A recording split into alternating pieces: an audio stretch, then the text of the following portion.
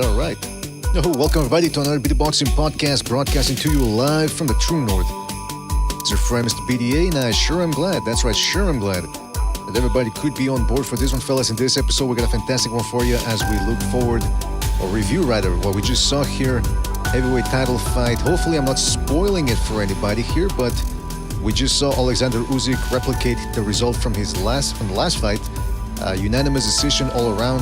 I didn't get to hear the scorecards. I think they were all the same, unless I'm mistaken. I gotta check that out. But interesting fight for sure. We're gonna be opening up the phone lines. In fact, the number right now, I don't know. I'm gonna see if anybody jumps on here, and then we'll get to see what happens. But shout out to everybody in the chat. Before we continue with the show, don't forget that if you want to donate, you can do so via the Buy Me a Coffee app or software or this website, whatever they call it. It's in the description. The link's in the description. We no longer take super chats. We've been demonetized, so that one really helps us out, the Buy Me a Coffee.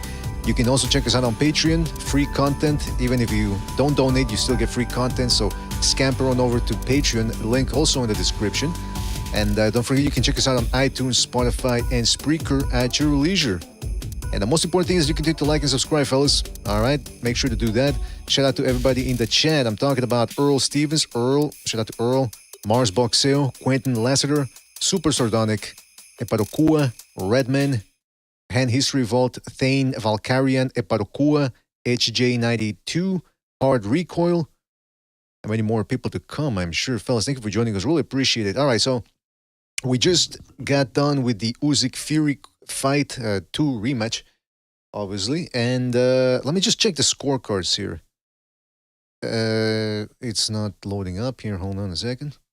Very interested in the scorecards. Maybe if somebody can beat me to it and post them on in the chat here. Let's see. It's 116, 112, 116, 112. All of them, 116, 112. And in fact, wouldn't you know it, I can't post it on the screen because it's a screenshot. You never know. With copyright and all that. Believe it or not, it happened to me once. I put up a screenshot and we got copyright strike. Anyway, all judges had it 116, 112. And the AI, remember, they were using a fourth unofficial AI judge just to see what happens, and it aligned with the official scorecards. Now, I'm a little dubious if they really used a chatbot or whatever they call it, aggregator, to judge the fight. Maybe this was sort of done to legitimize judges and say, see, the judges get it right. But in this case, yeah, the judges, they did get it right. And I'm going to talk about that a little bit more here. I'm all over the place. Give me 2 seconds. Let me just call a couple of people, and we'll start getting on with the review of the fight. And afterwards, take a couple of phone calls. Hold on a second. Okay, here we go. Calling people here. What people were saying is, Buddy Lee says, I can't believe the judges got it right.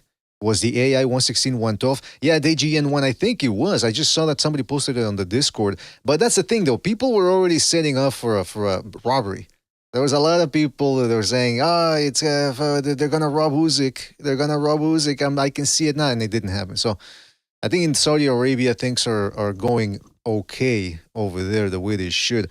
I see we got Recognize and Bucha jumping in here, fellas. All right, Recognize. Just as soon as I say that, Recognize jumps off. What's up, Bucha? Can you hear me? Does the sound okay? It sounds fantastic. Can you just update me on what each guy said in the interview? So, as Usyk was talking, Dubois jumped in. He grabbed the mic and he said that he wanted a rematch.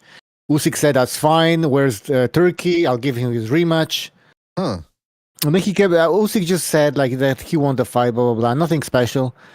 And then they talked to Frank Warren, and Frank Warren was shocked that Fury only got 4 rounds on the scorecards. Uh-huh. And then they asked him, do you think Tyson Fury won the fight? And he said, yeah, I think Tyson Fury won the fight. But that's pretty much, what happened. De La Hoya, I don't know if you saw De La Hoya. They asked De La Hoya in between rounds. I think it was the 8th or something. He goes, that was precisely when Usyk was taking over, and they go to De La Hoya. Who do you have winning the fight? I think Usyk's winning the fight. I mean, Fury. He said Fury. I think Fury's winning the fight. I go, okay. So Frank Warren, Usyk, and Joshua. Joshua had it very close. I mean, it was listen. it seemed to me like the fight was consistently more competitive than the last time because neither guy got seriously hurt this time. But Usyk was just doing a little bit more, pushing the pace more, combinations, straight lefts. Uh, we got recognized jumping here. Recognize, did you see the fight? Yes, sir. And I watched the fight. What were your thoughts on it? The right guy won. I had it more or less 8-4, 9-3. Usyk. Mm-hmm. Yeah, I mean, I thought Fury, okay, the game plan was clear from Fury that no more excessive movement, no more getting backed up, standing his ground. And he was still getting backed up. I think people not everybody obviously, but I think some people overlook the fact that those straight lefts to the body, they do kind of sting after a while from Usyk. And they were distracting Fury and they kept backing him up throughout the night. Credit for Fury to try to go there and go for all in the 12th round, but still it was a little bit too late for him. He should have done that from the beginning. Now, I think he was scared too of running into something. Like as a shorter guy, you're advancing, punching to the body, you're going to get caught with something. And I mean, yeah, I think Fury improved in the rematch, but just you can't do it against Usyk. And okay, so now let's talk a little bit about what comes next, though. Because I mean, I don't know, Bucho, what else do you want to see about the fight? Or what else do you want to say about the fight? Not much. I mean, there's not much to say. I think Usyk won the fight.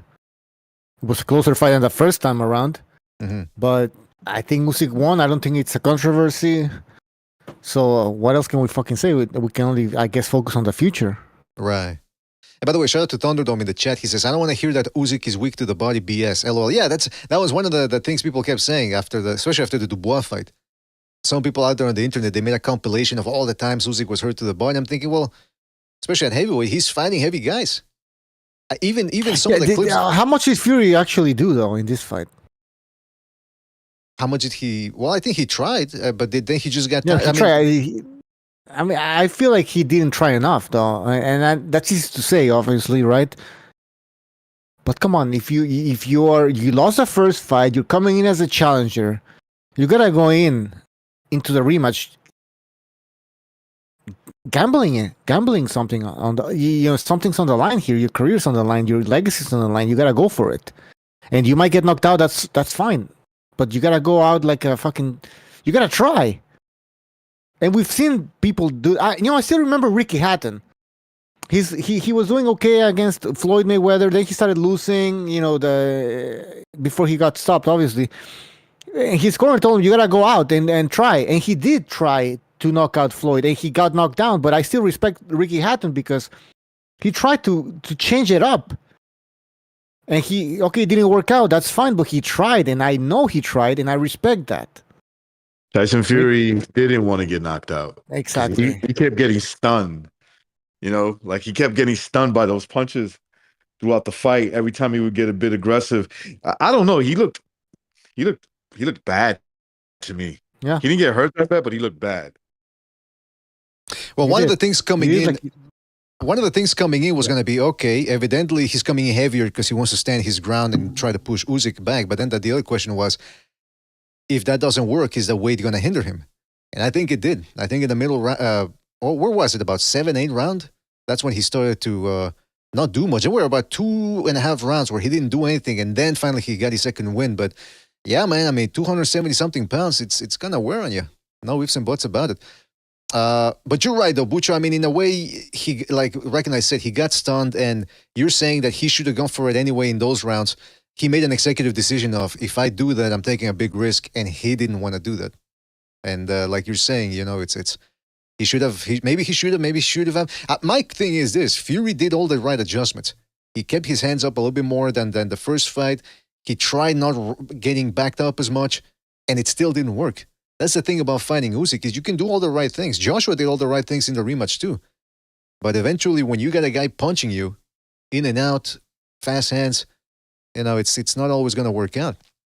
We're going to be opening up the phone lines real soon, fellas. Stay tuned for that real soon, in about 15 minutes, faster than usual. But I just want to talk a little bit about some of the things we got here that, just to maybe talk a little bit more about that. Hold on a second. The reason why I'm stuttering here is because I'm checking the Buy Me a Coffee. And we just got a donation. Shout out to Chris K, aka Undercover Asian. He says, Neo-Nazi versus Jiggly Zangief. Not as many impactful shots from either guy as the first fight, but maybe that's because Fury was heavier, absorbed Usyk's shots better, he says. And Usyk was possibly more mindful of the body shots and uppercuts. But what would the casual fan know? He says, hope Usyk retires though. I don't want to see him fight Dubois and lose to Father Time. Well, shout out to Chris K, aka Undercover Agent, for that. And okay, so that was going to be my question. So apparently, Bucho told me that Dubois stormed the ring, grabbed the mic, and said he wants a rematch.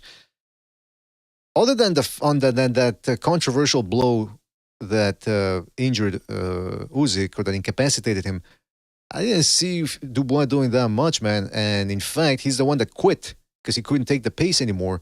Joshua, Fury, Chisora, they all took the pace. This guy couldn't do it. So now that he's got a win over Joshua, do you think Dubois versus Usyk would look any different? I mean, Dubois looks like a changed man, especially after the AJ win. He looks like he's a different person. And I do believe that that Usyk fight was kind of close. So why not give him another shot? I don't want Usyk to go back down to cruiserweight. If Opetaya wants to fight Usyk, Opetaya should move up in weight. Being the heavyweight champion is way more prestigious than being the cruiserweight champion of the world. Yeah. So all this talk about Usyk moving back down to cruiserweight, I think that talk should stop. And Usyk should remain as a heavyweight champion. And he should take on all comers. And if it's Dubois, I'm fine with that. I think the first fight was close. And let's give this new, reborn Dubois another shot at. Let's give fucking Opetaya another shot at the heavyweight title. Why not? But again, Usyk has to remain as a heavyweight champion. By the way, shout out to I'm Your Leader says, could have gone either way.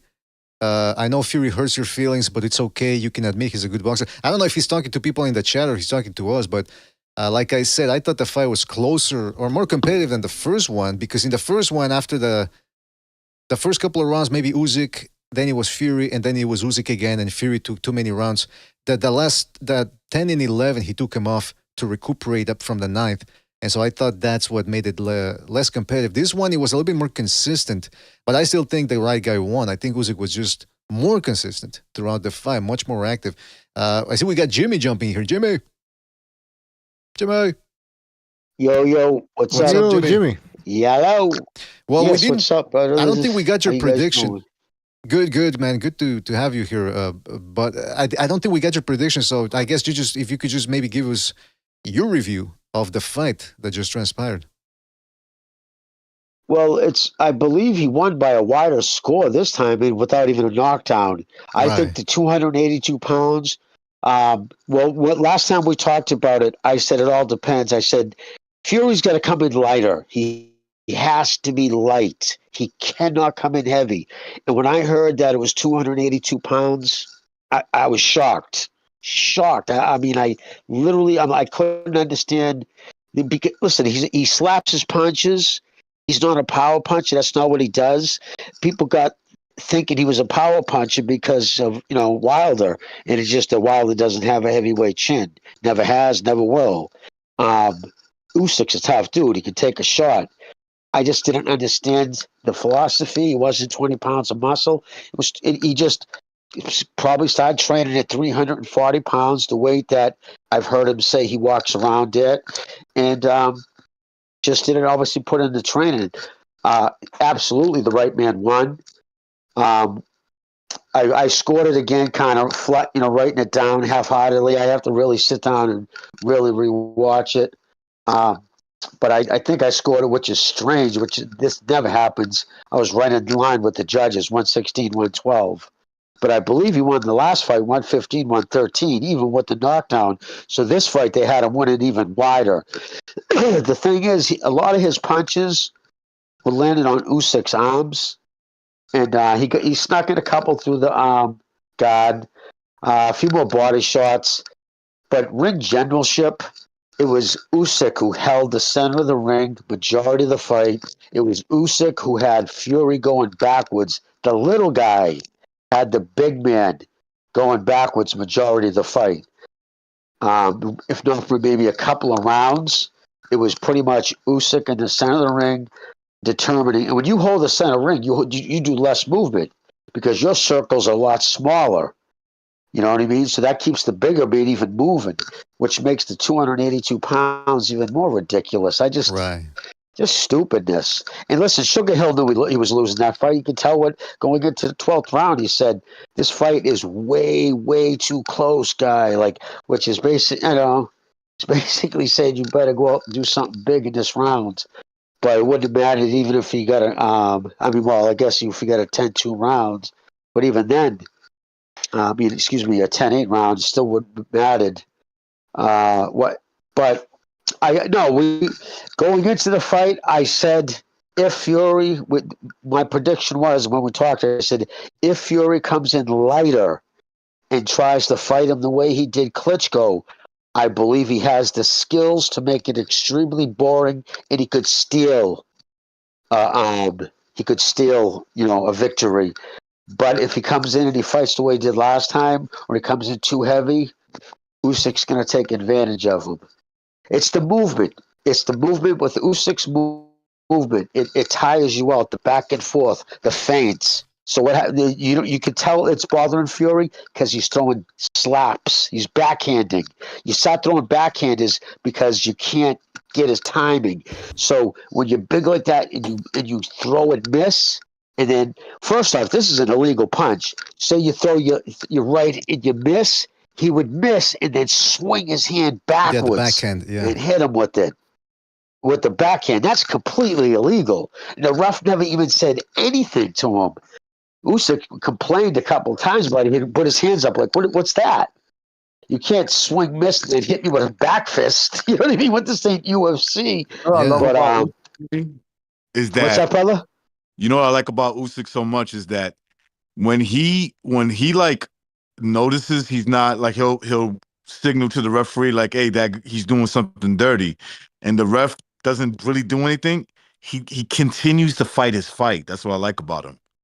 Like it's not. It's just like, okay, are you gonna do something? No, all right, fuck it. Then I'm just gonna keep fighting the fight, the way I continue to fight, and and beat this dude up, and just keep just that pressure on him. I thought Tyson Fury looked. I thought he looked desperate in that fight. A lot of times he looked desperate, holding and he would get hurt, and he does this face that you just always know he's hurt. Like that face that he does, you just know he gets hurt. He kind of like tries to play it off like it didn't hurt him. He backs up, and like kind of like a Philly shell. And it's like, dude, this is so obvious that you're losing the fight. You know what I'm saying? You're losing that fight. And then I felt like at times the announcers were like feeling like sorry for him. They were trying to make it like better for him than it really was. They're like, oh, this is a very good fight. It's like, it's very competitive. I'm like, no, it's competitive in the sense that, this big fat 280-pound guy is only really surviving because he's that much bigger than him. And when he needs to, he holds, he punches low, he punches behind the head. That's what I got from it, man. That's all I got from this fight. Usyk's the clearly better. Yeah, without a doubt. Usyk, and I agree with Bucho's comments about going back down to light heavyweight or cruiserweight. That's this crazy talk. His body has now grown into a heavyweight. You know what I mean? That would be the stupidest move of his career. You want to come up and take on the fucking guy? You want to fight me? Come up to heavyweight.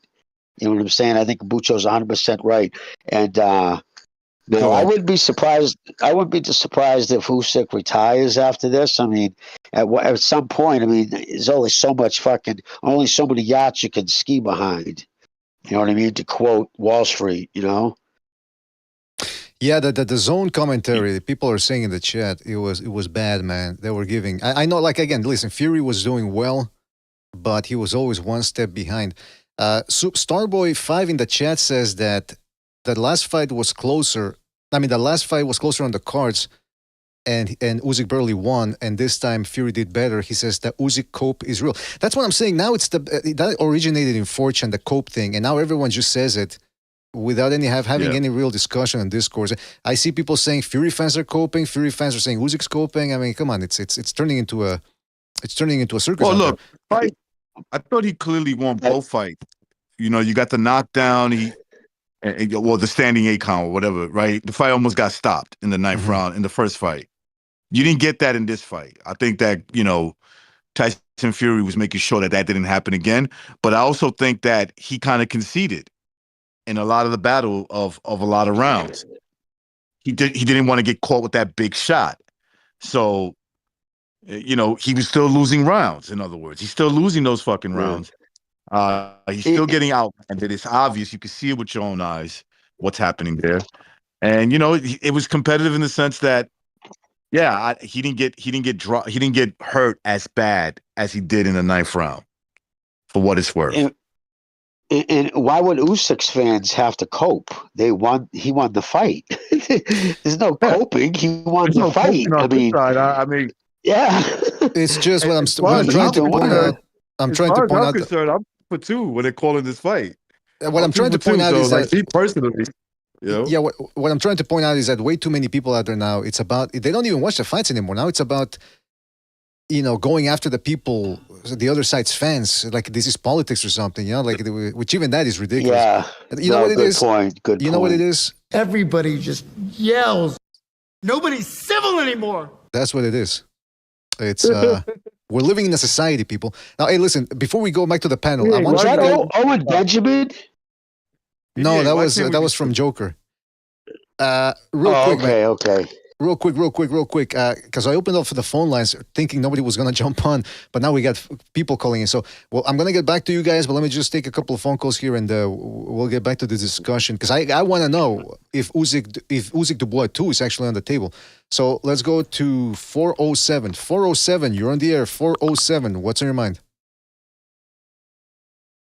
Wanted to say that I thought that Fury was better defensively this fight, but he fucking sucked offensively. He got worse. Mm-hmm. I agree. He threw less uppercuts. That's a good point. I knew he lost the fight once. I think I can't remember exactly what round it was. Might have been 7 or 8, where he decided to throw his best Klitschko impression and just punch and clutch for the whole round. He would throw one punch and then just hug onto him as hard as he could. Yeah, I think that's all he could do afterwards in the later rounds. That's the best he could do. I thought at that point, that's when he gave up. He was like, oh, well, I can't figure what out to do, so let me just fucking throw this out there and try and bully him around. Didn't work. Caller, what do you want to see next for Usyk? Because he's done it all now. Well, don't get me wrong. I wouldn't mind seeing him fight Dubois again, but what are they going to do when Joseph Parker beats Dubois? Or are they going to tell us that Dubois magically has acute bronchitis? I mean, yeah, that's at least that guy won too. See, he's moving forward, but I mean, we'll see what happens, man. I don't know. We're gonna get to that because Butcher keeps saying that this is it's not the best thing for boxing that Usyk won because now we're stuck with him. He's done it all. What's next for him? Well, what is it? Is Fury winning good for boxing either? Like, it's not that he's an exciting fighter or anything either, and it's not like he's always been up to fucking make fights. Who gives a shit?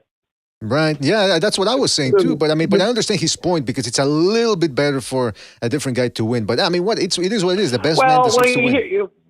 The best man won. The best man but won, which is good for. I mean, I like that. There was no robbery, no controversy. The right guy won. That's right. If it was a legit win, but here's the thing: for Tyson, Dubois is a champion right now. How the fuck is Dubois a champion? The choir, man. You're preaching to the choir. There's only one champion. That's Oleksandr Usyk. Everyone else is to the win anyway. That's a superfluous. He's not a champion. Strap. Yeah, but he's not really. Nobody cares about that. Everybody knows. He's a paper champion. A paper champion. Everybody knows who's the champion at heavyweight. Like there's no mystery there. That's right. Yeah, all right, so they can make whatever fight they want. Then it really doesn't matter. Yeah, that's true. That's a good point. With the Sheik, anything can happen. Well, that's what it's. Yeah, it's just terrible when they do that. Listen, when you're rematching a big fight like that, I hate when these sanctioning bodies pull Like, I mean, the guy's a unified champion. You pull a belt because Yeah. you're not fighting mandatory. When I can't stand that shit. Yeah. It's ridiculous. All right. But- Well, listen. But Go ahead. if Fury won, would they really make Fury Dubois over Fury Joshua? Well, to your point, I don't know, because you never know with Fury. He thought he was on top of the world after the Wilder fight, and look what he did. Look how long it took to make the That's Usyk true. fight. So, yeah, you make a good point there, caller. Anyway, listen, man, we got to move on, but thank you for your call, and call back next time. Hey, and now thanks for letting me call in, guys. I appreciate it. Have a good one. You too, man. Take it easy. All right, before we continue, shout out to that caller, and shout out to Double L for his contribution with the super chat. He says, super chat, via the Buy Me a Coffee. He says, Fury is going to pull a Spence Jr. I don't think seatbelts are strong enough to hold Fury's mass. I don't know if he said mass or ass. So he may go flying out the car. Pigs will finally fly. Good thing he's built like Project Graham. I mean, I hope not, man. I'm not wishing injury on Fury just because some people dislike him, but you never know, man. He said he almost got into a car crash when he went on his long vacation or long weekend, as we call it. Shout out to Jacques Cousteau, by the way, for his contribution with the super chat. Shout out to Jacques Cousteau, man. Really appreciate it, Jacques. You really shouldn't have, but since you did, shout out to you, man. Really appreciate it. He gave a big donation. Extraordinary donation. It's the type of donation that's going to take us to the next stratosphere. Butcher, how much did he donate? No, I got to say, okay, $100. Shout out to Jacques Cousteau for donating $100. Really appreciate it, man. It's again, you shouldn't have. I don't even know what to say. I'm the editors, the producers are telling me to say $100, but I don't know what to say, man. Shout out to you, man. Really appreciate it. It's You're all extraordinary. choked up, BD. I'm all choked up. I am. I don't react well to these type of things because I'm on. No, God bless, man. That's big respect. Big respect. And by the way, yeah, we did. This doesn't go to snacks or whatever. This goes to paying for the phone calls that we got open right now. That goes to the Spreaker, which you got to pay to put that on, so you can get on iTunes. I mean, not iTunes, on Spotify. We got the obviously internet bills and all that. We were always upkeeping and upgrading stuff here to give people. I mean, even the Wi-Fi. We thought we'd fix it. Don't get us wrong, fellas. I know we still have trouble with that, but we did sort of improve it thanks to your donations. And the shovels for the prostitutes. We ended No, Jimmy, come on, man. Christmas party. Oh, jeez. Brother, where they at? I mean, Yeah. first of all, we don't need shovels. We got the construction truck there that just takes it all. That's those right. exit That's Fucking right. Yeah. those jabs to Fury's body, we just couldn't miss, man. No, they couldn't. I mean, how was No, it? again, I didn't mean to belittle his donation. That was actually very kind of you doing that, Mr. BDA, because he does have a lot of expenses. Jab with his eyes closed and hit his body. Usyk could just throw those jabs like bop, and it'll hit the body every time with that same technique. He could do it with his eyes closed. Well, listen. Listen, when you get punched in your chest and your tits and belly shake like that, that's just not a good look. Yeah, man, that's a horrible physique. But by the way, so shout out to Jacques Cousteau then for his contribution, man. Really appreciate it. I can't say it enough. He says, "Merry Christmas. Put 3,000 on Usyk." Oh, he put $3,000 on Usyk. Fury did better than I expected, though. He says, "Good to hear Jimmy's back." Absolutely, we're all glad to hear him back. It only took me 4 phone calls to get him on the show. He says, "Get excited for Usyk Dubois," and then he goes, "Yo, what did you guys think of the Fisher Allen fight? Robbery? I only caught the end of it. You think Fury Joshua is on the table?" Well, first of all, to your question about Fisher Allen, I didn't see that one. Wasn't terribly interested in the undercard. I was doing other stuff. I don't know about you guys. Did you guys catch that fight or? Only caught No, I did not.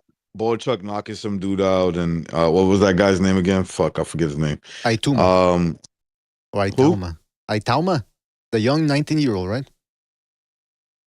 Wow, was he really 19? Holy Well, shit. he is 19, yeah.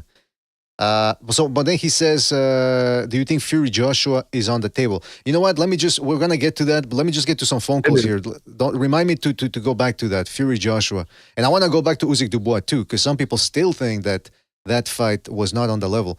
Let's go to 214 in the meantime. 214, you're in the air. 214, what's on your mind?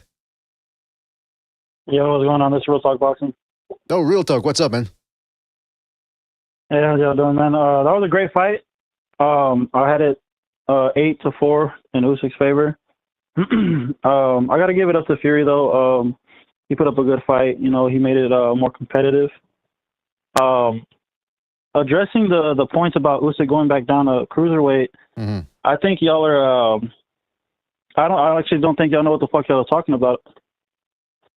Because you see how much body fat is on Devin Haney, and he sucks down 25, almost 30 pounds. Y'all think somebody with like Usyk, who's 6'3", has body fat on him, can't cut 20 pounds? The man's only 220. Doesn't fat weigh less than muscle? Doesn't fat weigh less than muscle? Though? Yeah, but if you have body fat, you won't be cutting into your muscle whenever you're cutting weight. Does that make sense? No. No, you gotta cutting muscle is harder. Look at Roy Jones. I can't break it down any simpler than that. I mean, well, let's ask Jimmy. Let's ask Jimmy. He knows more about this than this. Listen, Well, put it this way: Usyk has abs at 220, so that means he would have to literally eat. That he would have to take off muscle. Right. Yeah. Like 30 pounds of muscle. Why would you be? Why would That's not easy. Why would any boxing fan be interested in a guy? I actually don't think it'll be any issue for him getting back down. Let me ask you, Paula. Let me ask you a question. Why would you be interested in a guy not at his healthiest in a boxing fight? Who says he's not as healthy as you? He won't be. He's been fighting at 225. Well, lean. You're the expert on that? 225 lean. I mean, have you ever cut that much weight? These conjectures that you're arguing from, you're taking them as facts because you're saying it. No, what are you saying? You're arguing. What are you saying? You're saying them like. But what are you saying? No, we have no idea if there's going to be a worse Usyk at 200. Hold on. One at a time. Recognize, please. One at a time. One at a time. Right. Yeah. So, you go ahead, Recognize. What were you saying?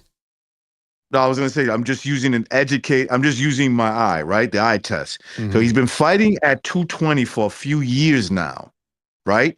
And he looks lean, right? There's some fat, but it's muscle fat. Why would I ask him now? Why don't you deplete yourself a little bit? Go down to 200, right? Where, he'll go down to 200 and then put on some weight.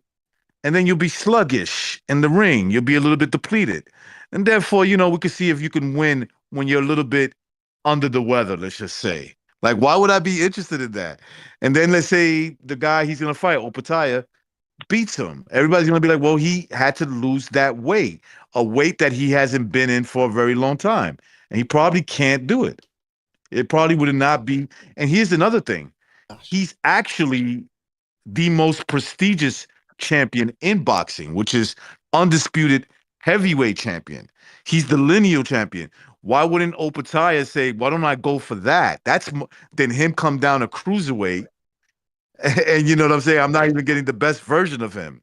And Opataya would be the stronger guy because he'll actually be cutting less weight. And he could just come in there more muscled up if he wants to. And a very important thing, if I could jump in real quick, he's 37 years old. If he was 22, in January, he'll be 38 in January. To take off 20 pounds, 30 pounds of muscle, that's a big ask when you're 37 years old. Ask Roy Jones. Ask Roy Jones when he did it at 35. Yeah, but Usyk's not built like Roy Jones. Roy Jones was all muscle, bro. Look at the bodies. There's not a body type, bro. Like, I think y'all are really out of this. I mean, Usyk says he can do it. I think y'all know Usyk better than himself. Let him do it. Let's see. Let's find out. Yeah. Let him do it. I mean, fuck yeah, let's find out. That's a good ass fight. You seen Oleksandr go to war with Breeders? When he gets knocked, if he gets knocked the fuck out, then we'll be like, hey, how do you feel about what you said? Well, how do you feel about what you said after you beat Tyson Fury for the second time? Do you feel that way now? And I guarantee you he'll be like, no, yeah, you're right. Maybe I make a mistake. Some fucking shit like that.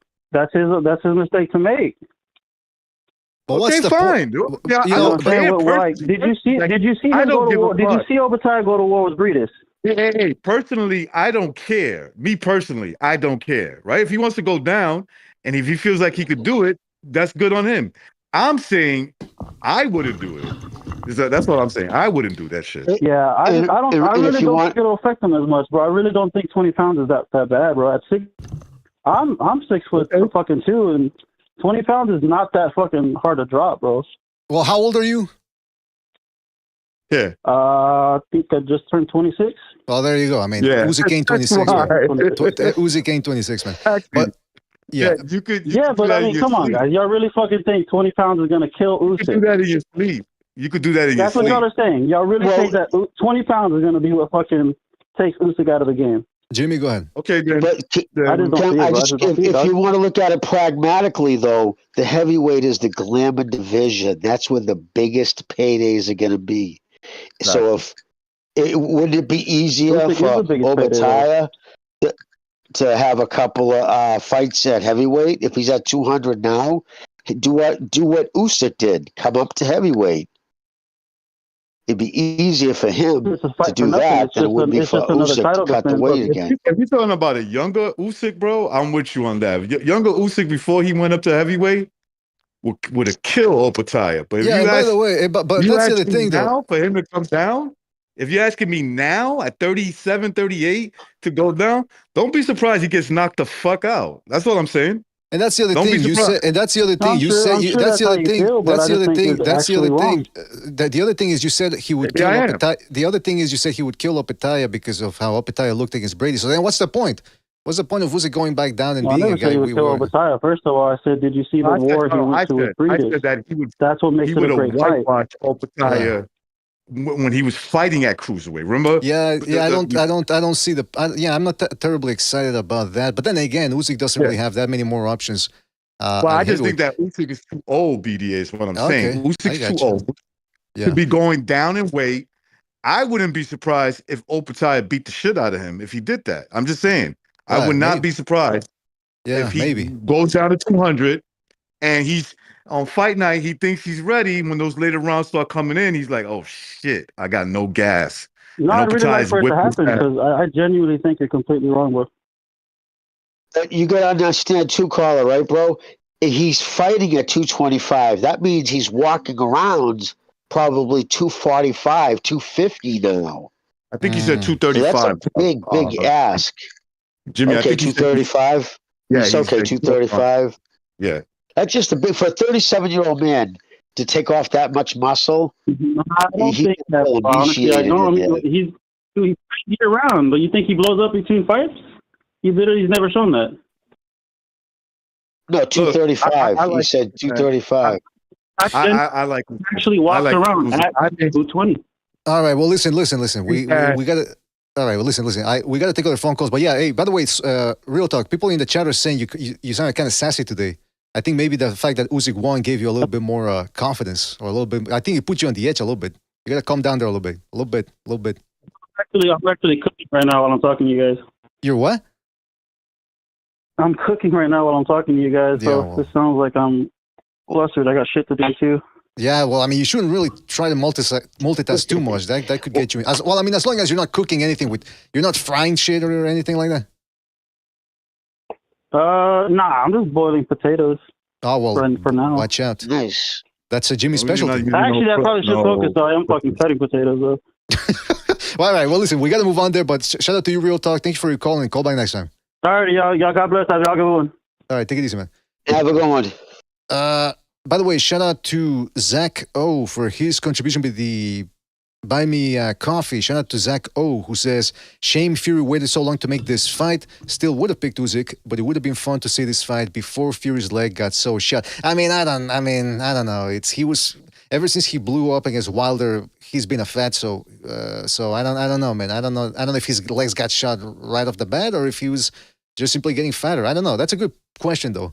It makes me think, rather, is what I want to say. So shout out to Zach O. He's eating all that money.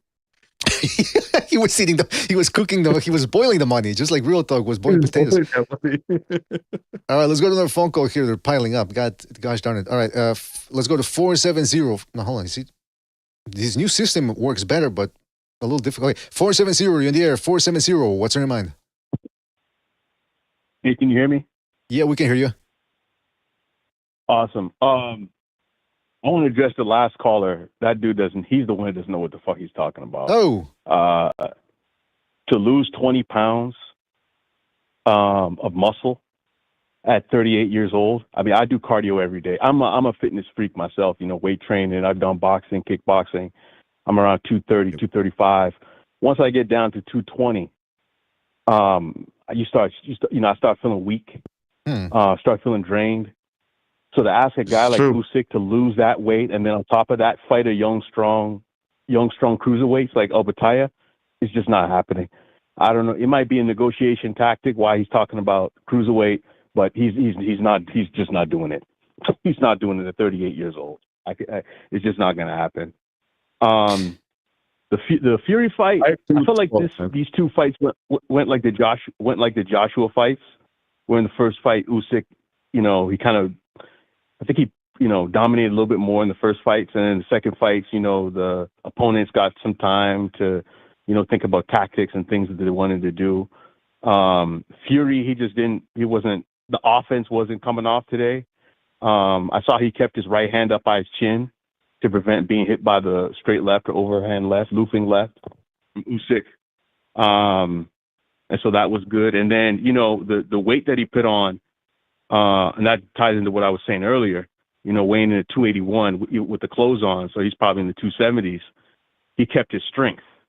So that also helped him to not get knocked down or knocked out, which I think his tactic for this fight was to just stay standing, do a little bit better than the first fight, hope he gets a decision.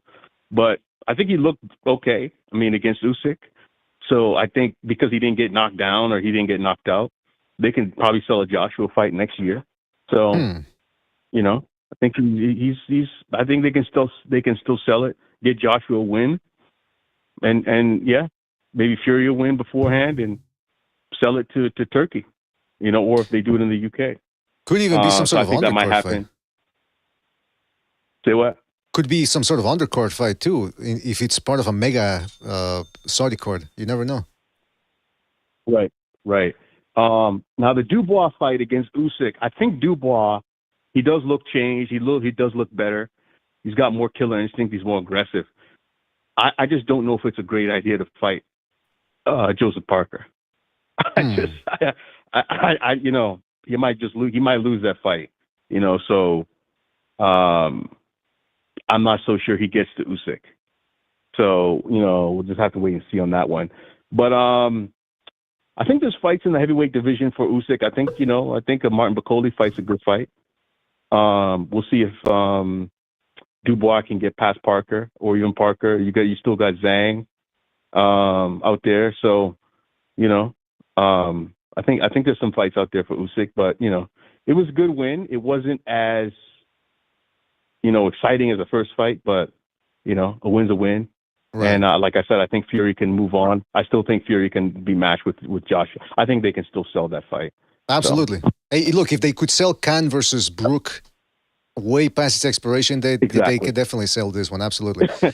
All right. Well, listen. Exactly. Thank you for your call. We got to move on here, but thank you for your call and call back next time. All right, guys. Yep. All right. Take it easy, man. All right. Yeah, that's what I'm saying. These fights are all still doable. By the way, since we got a lot of phone calls, I just want to say this right off the bat, Jimmy. When I said, because now I caught myself, when I said, it only took 4 phone calls to get Jimmy. I hope you got the joke. I hope it didn't come off as condescending when I said. Oh, no, I got the joke. No, okay, I did. Good. Because now as I saw so many phone calls, I started thinking. You were a little out of line, BDA. Yeah, well, that's why I'm bringing it up. That's why I'm bringing it up, because then I started feeling bad. I said, I hope he understood that. No, I totally got it, brother. I giggled. Out of line, Jimmy, if you ask me, but that's just me. He was serious. I shouldn't even have cracked the joke at that time, anyways, because he gave $100. That was actually very nice of him. Jimmy, because this does cost Mr. BDA a lot of money. Holy fucking Jimmy, name and boot show. So. No, yeah, I got you. Some anonymous. All right, well, Leah, now, I don't even know what to say, man, but shout out to Anon for his contribution with the super chat. Butch, I'm uncomfortable just like saying the number. I know people are donating, Just- but I don't know. It says $500. yeah, so I'm very Hey, uncomfortable. Yeah, shout out to Anon. I don't even know what to say, man. We don't ask. I try not to ask hard people on too much for donations because now we do it because we don't have super chats anymore. So we have to remind people. But goddamn, I mean, come on, He donated. Anon donated $500. I don't know what to say, man. I'm What? floored. Yeah, I'm. Wow. Shout out to Hey, seriously, Matt, big respect for that. Seriously, big respect. Earl Stevens says, "I'm Anon." Yeah, yeah. Now everyone's gonna claim it. Yeah, you know who that was, right? You know who Anonymous was, right? Who you? Who? Elon Musk. Bro. Elon Musk. Oh, yeah. I don't know, but It's shout an out to anonymous person. yeah, it's an Somebody anonymous. anonymous. Yeah. Yeah. I'm telling you know, Wow. Wow. Oh, wait. Didn't even want it to fucking call out. read the comment. What the fuck does he say? Well, first of all, John Gonzalez says I'm reporting the channel to the IRS. Okay, yeah. It's gonna give us. It's gonna. This donation is gonna cause more trouble than it actually helps. No, but shout out to Anon again. I don't know who you are, but hopefully you know that this really does help us out with the infrastructure of this show to make it better and to just keep on entertaining the masses because at the end of the day, that's what it's all about. Hopefully, you guys find the show interesting. And he says, "Been listening for years. Appreciate you guys so much. You have no idea.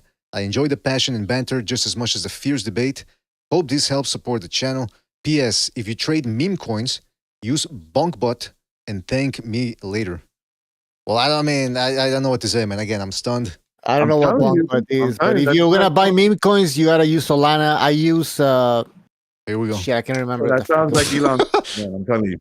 I'm just telling you right now. Well, I'll check it out. I use Phantom to buy meme coins, but I'll check out that BonkBot. BonkBot. I guess. Yeah. I'll check it out. BONKBOT.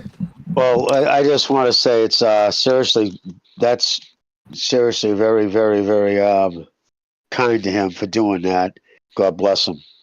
I mean, that right there just pays for like at least my DAZN subscription, so that way I can keep on, at least myself can keep on coming here and covering the fight. So shout out to you, man. Whoever you were, I guess you don't want the recognition, but you know who you are, and shout out to you, man. And I mean, again, everybody who donates, we appreciate it all, man. Whether it's $2, $10, whatever the amount, you got every little bit helps. That's what Butch always keeps telling me to say. Every little bit helps to maintain the infrastructure of this channel. So once Shout out to Elon Musk. I mean, Anonymous. Wink, wink. there you go. And once, I was gonna say, a lot of people don't realize like all this stuff costs money. It's like not free. You know what I mean? They charge money for a lot of this stuff. So if it wasn't for the people giving these donations, it's it all have to come out of your pocket. So again, and that just makes me want to keep my game on A when someone gives a donation like that. You know what I mean? Absolutely, man. Absolutely. And you never know. This might be enough to fix Gaia 500, the supercomputer we used back in the day before we went crazy. I am so hot. Oh, it's back. See, you hear that? Oh shit! Hey, there you go. Lose weight or get lost fat. Lose weight or get lost fatty. Oh, it's talking to There you go. It's talking to Dan Rayfield now, I think. All right, well, so shout out again. Oh, Shout out to again. So What are you shout out to talking to everybody me? who's sorry. You recognize what? I thought he was talking to me, but you said Dan Rayfield. Okay, I feel better. Yeah, all right. Well, listen. Again, I don't want to. I mean, again, I don't know what to say, man. So shout out to Anon for his contribution. Really appreciate it. I say I appreciate it all. And this one again, it really floored me.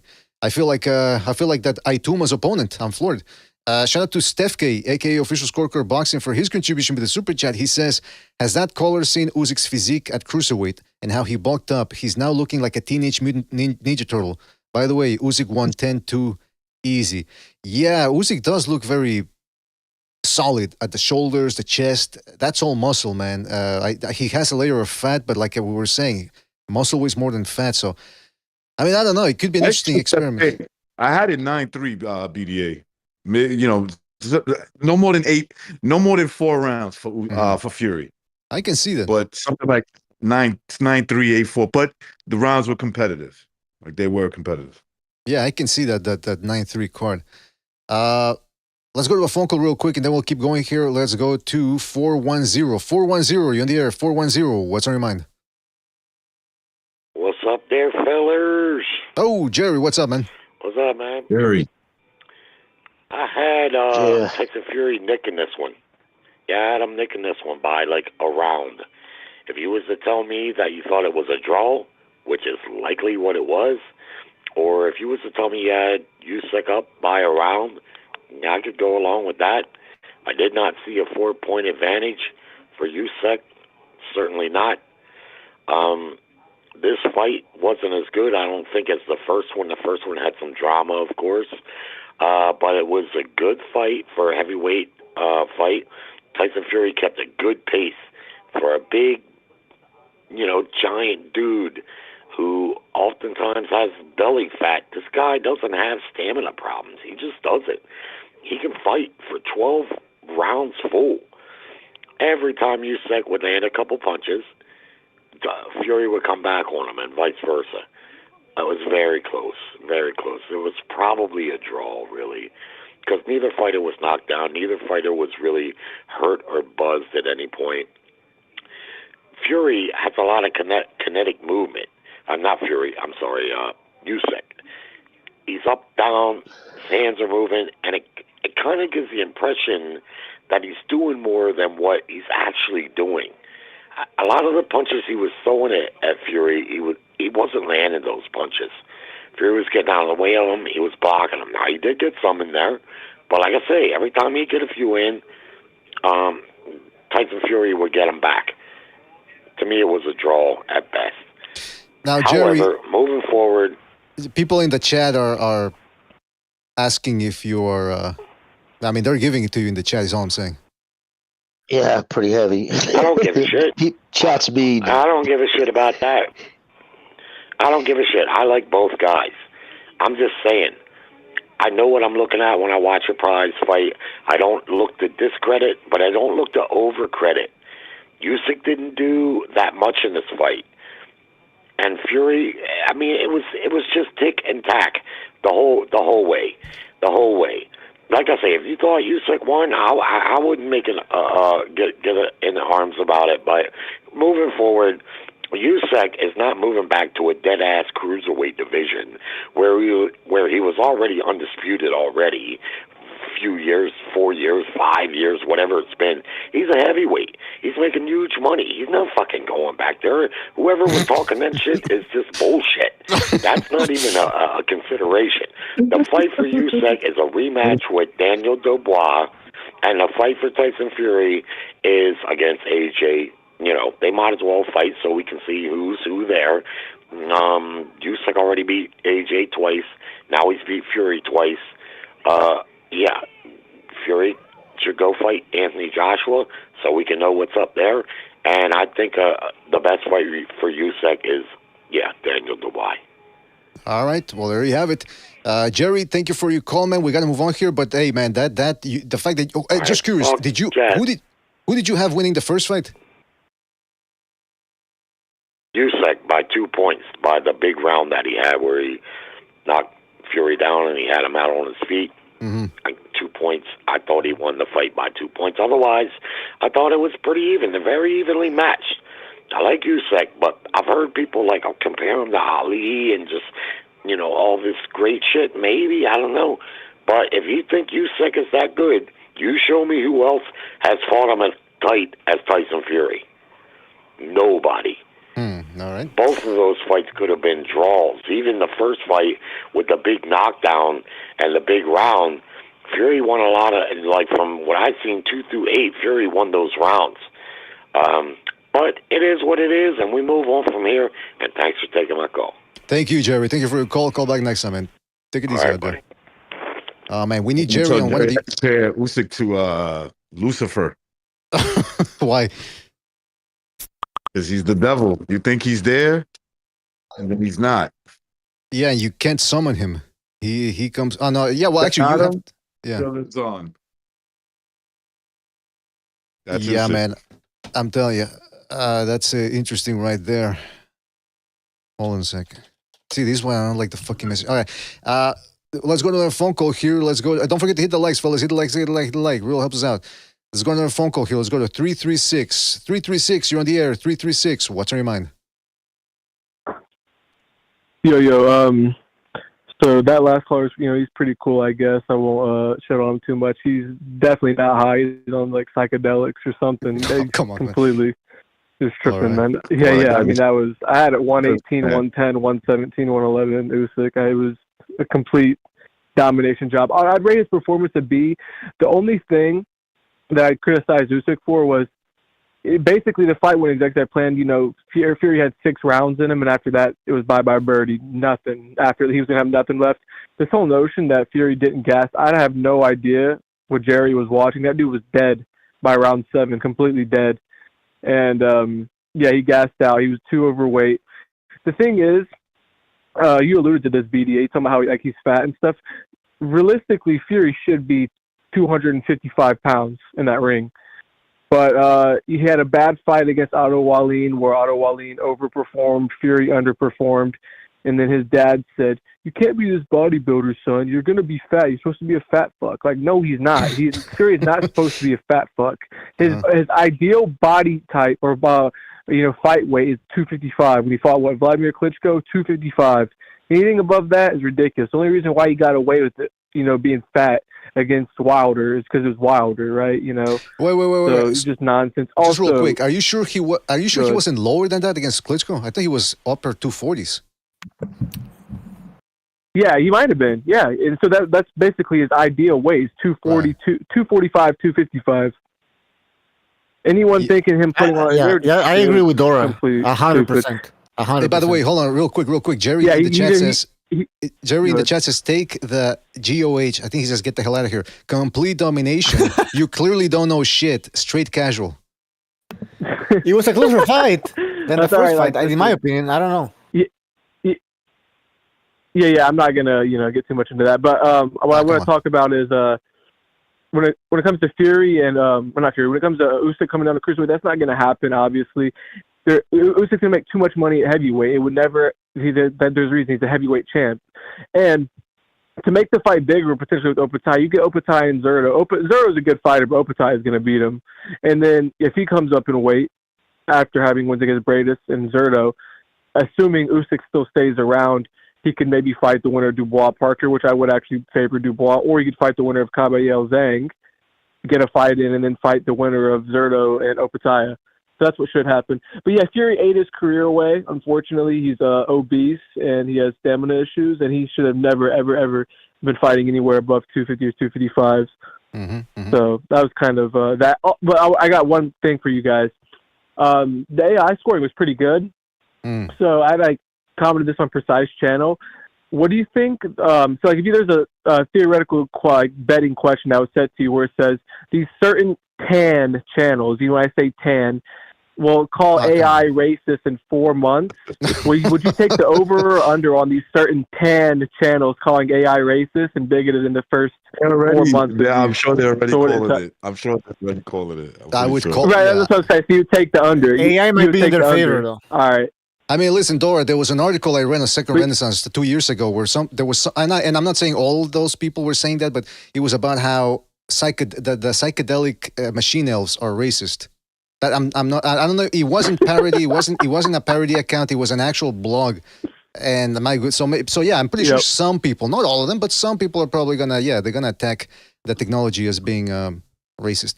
But anyway, listen, Dora, we gotta move on then.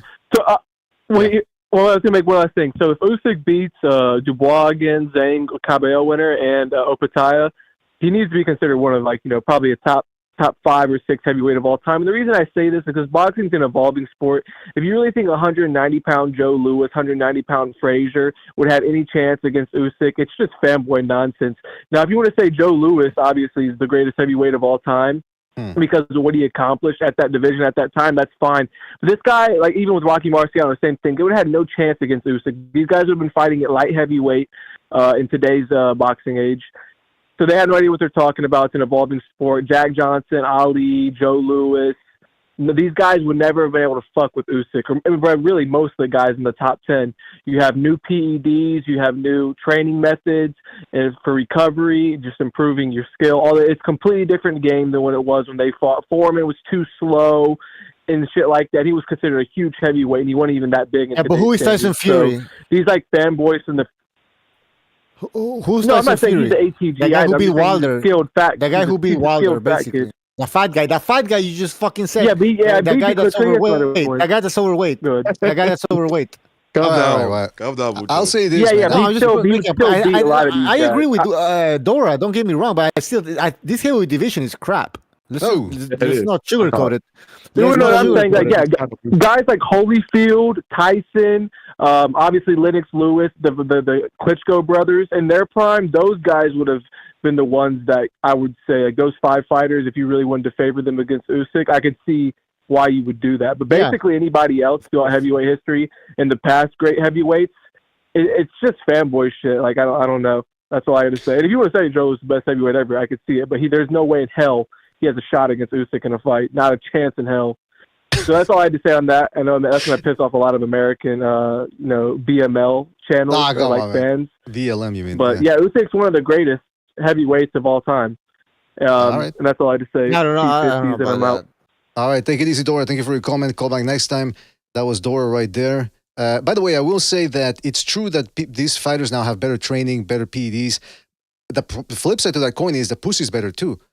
The women nowadays, they do things they weren't doing in the 1940s, and that can distract you. Believe me. Imagine. I mean, Henry Armstrong was the pussy. I mean, come on, some of the stuff. Back in the day, it wasn't. I mean, the things they do nowadays, Rick. Come on, stop pretending like you know what I'm talking about. Come on, you were in New York for a while. I mean, I just thought the girls were ran through today, so it would make it less. Oh, there's more girls that are run through. Is what I meant to say. Well, listen, I like to say that let's hit the like button. We're at 79 likes with over 200 people watching. We should be at 100 likes. 100 likes. Come on, man. Make that easy. 100 likes easy.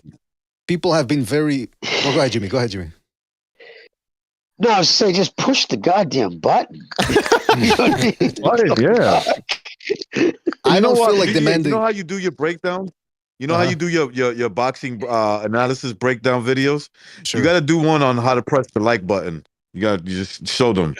Well, listen, people have been so generous with their donations so far. Now I feel like I'm top of that. I'm asking people to hit the like, but it's true. It does take only 2 seconds, and it does help us out a lot too, by the way. Especially since we were away for about 2 weeks. I think the algorithm really is screwing us over. So shout out to everybody out there. Really would help us.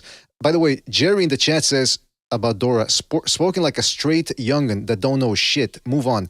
Well, there you go. I got to tell you, usually we say Dora's crazy, right? That's the thing about Dora in the Discord. But I think he's actually saner than he comes across as, because he didn't want any part of Jerry. You hear what he said? He said, well, I'm not going to get into that. So he knows he can pick his battles too. Well, he backed out. He backed off. Jerry got that 410 area code. I know that pretty well. That's Maryland. You know what I'm saying? That's somewhere in Maryland. But Don't be fooled by Jerry's nice demeanor. He's probably got Jerry also has the voice of a guy who's seen it all. Nothing can phase him. So yeah, I wouldn't mess with him either, man. All right. Let's go to our phone call here. Like Bucho said, don't forget to hit the like. Hope you guys are enjoying the show. Let's go to our phone call. Let's go to just jumped up to 100, so some dudes are hitting it. There you go. Well, some dudes are hitting it. That sounded all right. 210, you're on the air. 210. What's on your mind? Southpaw, Texas. Oh, Southpaw. What's up, man? Southpaw, what's up, buddy? Yeah, I hope I'm not broken, man. I'm how's it going, guys? Hey, yeah, man. I see y'all get that Sheik money, huh? Yeah, man. And we can put on all the big cards now. We might actually have to start funding them as well. Yeah, man. That's cool, dude. That's awesome. Hey, what y'all should do is like Coach Malachi. He doesn't open the phone lines till he gets like a certain amount of likes. And once he says, "Oh no, I'm not opening up the phone lines until I get this amount," then people usually go on there and get it. That might work. Just people are lazy. Mm-hmm. I used to do that, but then I forgot. I'm not consistent with some of the techniques here. but that is a good one, yeah. Yeah, but no, I mean, I'm happy for Usyk, man. This is just confirmation that he's he is an all-time great. I don't want to go down the rabbit hole of the greatest, because that's just something you can't prove. You're gonna go back and forth. You just argue in circles. But as far as categories, like one of the all-time greats, he's gonna go down as that. His body of work and the fact that he's beating guys like tonight. He beat a guy that was way bigger. I wonder how much weight Tyson Fury actually had over him, and he has the height, the reach. I mean, dude's like an octopus in there, you know what I mean? But and he's beating these guys, and the fact that he traveled like I think he traveled like 7 countries fighting in other people's backyards, so he had to beat people that more decisively to become the guy at cruiserweight. Then he becomes the guy at the heavyweight. So man, this is a guy that's doing a lot with guys that are way bigger than him in this new era where these heavyweights are huge. I mean, I don't agree with Jerry. You know, I like Jerry's takes, but I think that this was a clear win, man. He's just a better guy. You know, he's just a better guy, and just the fact that he did that versus a guy who had every advantage over him, and he still pulled it out like by 3 or 4 or 5 rounds. That it just shows how good he is. Absolutely. Hey, Southpaw, doesn't Usyk just remind you the definition of power boxing on the move? Like educated footwork, educated feints. He knows when he kind of just knows. He's very smart. I don't think he's like the most skillful boxer I've ever seen. It's just that he's super intelligent. That's what I get from him, and that's why I got him. Like, I got him up there as one of the best fighters I've ever seen. I'm talking about in my lifetime, not anybody else's. Yeah, I think. Yeah, I mean, he's the best. He's the best fighter of our generation. You could make that argument. He's definitely the best heavyweight out of this generation. So, yeah, man, you got to give him props, man. I mean, the dude is doing things at a high level versus big guys. And another thing about I don't know. And now people are going to start. I hope they give him his flowers, because now people might say, oh well, so and so did more. So and so did more. He should drop down. I don't think he should drop down. He can drop down, but I don't think he should. Why? The heavyweight is the prestige. They're the most prestigious weight division. It's a heavyweight. Why would you drop down? I mean, he said it himself that he has to eat all day when for these fights, because he can probably go back down. But why? I mean, this is like people just wanting to be like, oh well, okay, well you did this, so now I want you to go do that, and then he does that. Oh, I want you to go do this now. You know what I mean? So this is. I hope he just walks away, man. Like, what else is there to prove? And I didn't like the way Dubois went in there and embarrassed himself. I mean, Dubois is a cringy guy on the mic.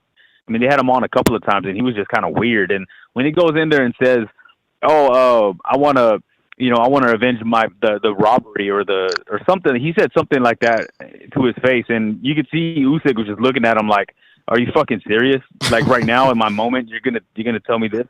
He like stared at him for like 3-4 seconds before saying anything, and it felt like a long time because it was just awkward. And he's like, "Yeah, okay, whatever.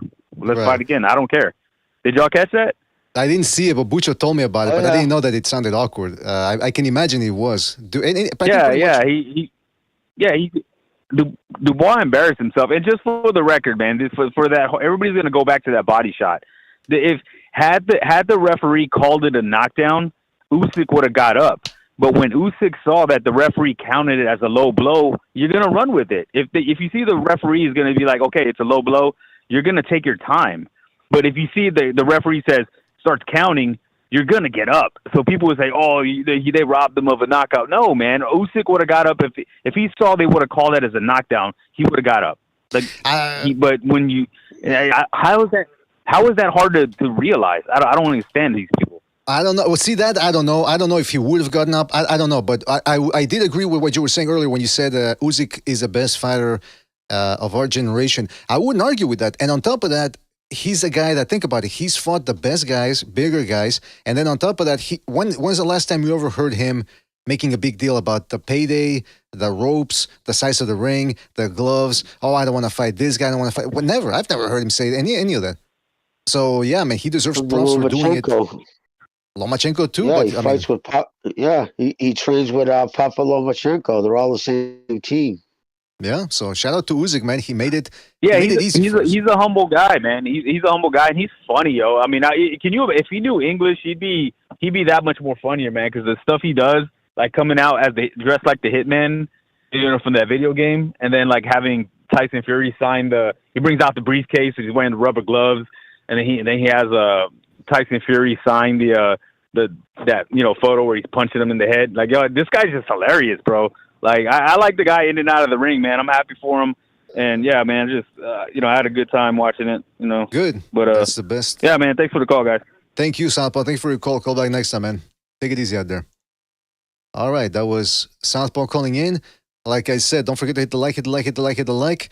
We got to get to these phone calls here. Let's go to 323. 323, you're on the air. 323, what's on your mind? What's going on, fellas? Oh, what's up? up, I barely gave fucking Fury 4 rounds, bro. That was, I like Jerry, but I think he's a product of the MK Ultra project. I don't know what the fuck fight he was watching. MK Ultra. There's no need for this. I mean, there's no need for this. I mean, what the fuck was that, dude? Like, that shit was. Come on, you like a guy that backhand? Like the backhand was really sweet by Tyson Fury in round 9, and I really love how when he started running out of gas, he started really throwing his weight on top of Usyk. That was always great. The exchanges were nice. Usyk's. I mean, I don't know how many times you counted Usyk's head, like how many times his head actually snapped back. I think maybe twice during the whole fight, but I sure did see Fury's head snap all over the place. So that was a clean win for Usyk. I mean, if you have to, his blubber thing. The blood. Oh, dude, the blubber thing. That was. I kind of found that more disturbing at some points, like having to see his fat tub of shit in there with a supreme athlete that actually works really hard. Listen, you guys, it was. If these guys were the same size, there's no fucking question Fury's ass would be eating the canvas. I mean, absolutely not. This guy had every advantage. He had the whole promotion behind him. He's a fat tub of shit, nearly 300 pounds. Come on, man, come on. He fucking towering over this little guy, and he still couldn't pull it out. Where was that fucking? I thought he was going to come in and just try to hammer him. And Usyk took those shots really well. Fucking BDA. Danger. What the fuck, goddammit? Danger. But you know what? Listen, Usyk took those hits. Usyk took those hits well. Yeah, let me just say though about that, because look, when people say that about, if Fury wasn't the same size, he would have been shot. I mean, listen, we could say the same thing about Usyk. If he didn't have speed and if he wasn't 6'3", he wouldn't have survived in the heavyweight division. But I mean, it is what it is. You're born with the advantages you get, and that's what Fury has got. He's a big old lummox. And he milked everything he could out of that. And I'm not saying milk because he got tits. I'm saying he generated everything he could out of his limited abilities in combination with the size. But I do agree that the size does play a factor, because I used to say something similar about Klitschko, which was that his style was perfect and perfectly suited to his physique, that he had these long arms, he was always clinching. So you are correct that without that, if he was right, but it's also unfair to say, if he didn't have this, he would be a bum. But I mean, yeah. Well, listen, the only reason I say this is because you're getting pounced on by, like, look at the weight advantage. You've sparred with a guy that's heavier. Like, that shit hurts, dude. It's like, even if you block, it fucking hurts. It's a bigger guy on your ass, and it's not it's a precarious situation for a smaller fighter. Yeah, he was a little more agile. I actually thought Usyk moved really well. I thought he moved a lot better. I think Fury made it easier for him, or maybe it was just that Fury's punches were like, you can see him coming a mile away, and Usyk had time to move, or he just kept moving. So I really liked the movement by Usyk. I thought it was really smart on his end to just keep the momentum going, and he would catch Fury in exchanges where Fury didn't expect those punches to come at him, and you could see the look of, like, he stunned him a few times. I mean, I'm not surprised by the outcome. Obviously my prediction was wrong. I had him going down. I had Usyk winning in the 5th round by stoppage. But yeah, I think Fury fucked up by coming in so heavy, man. I mean, you could tell his punches were he was kind of like throwing haymakers at some points, definitely hugging a lot, and that didn't really help him. I mean, I don't know. And Usyk took those punches really well. Yeah, he I did. mean, he got clobbered with some uppercuts, and he absorbed them. Unlike Fury, Fury's head just snapped back a bunch of times. So I don't know if you could agree with that. Coming in at 282, I think he was hoping to knock him out early. Yeah, that's what the commentators. Yeah, Jimmy said that he probably came in. Usyk came in trying to get that knockout early. Did you say? Well, maybe you should say, Jimmy, because I don't know if I'm misquoting you.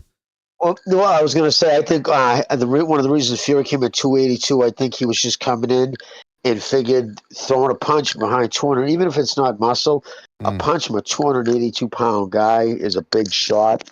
So I think he said, fuck it. If I goes the distance, I'm not going to win, so I might as well come in big and just fucking try to catch him, because I think the punch they worked on was that uppercut, because I thought that was the best punches he was landing all night. He snuck in some nice right uppercuts on Usyk. Sure. A couple of times it bothered him. You know what I mean? So I think that was what he was trying to do. But you could clearly see after the 6th round that 282 pounds was when the clinching started, or he'd throw and miss and throw a backhand. Like, you could tell it was like, you know what I mean? I thought he pulled it away after that. And again, Usyk, the smaller man, kept the center of the ring. You know what I mean? I thought he was a ring general. And shit.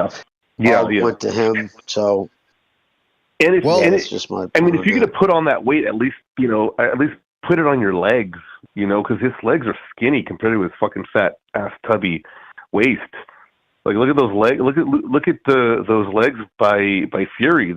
It's like little stilts on carrying up a big fucking Stay Puft Marshmallow Man belly. It's a lot of weight on your joints, and it was, I don't know, man. He looks like the Michelin Man. I'm not saying it's done. I'm not saying exactly. Look at minus the legs. At least the Michelin Man had fat, legs. That's right. But I'm not saying it's over for Fury. He should still fight, like, the battle of the losers, I guess. It could be.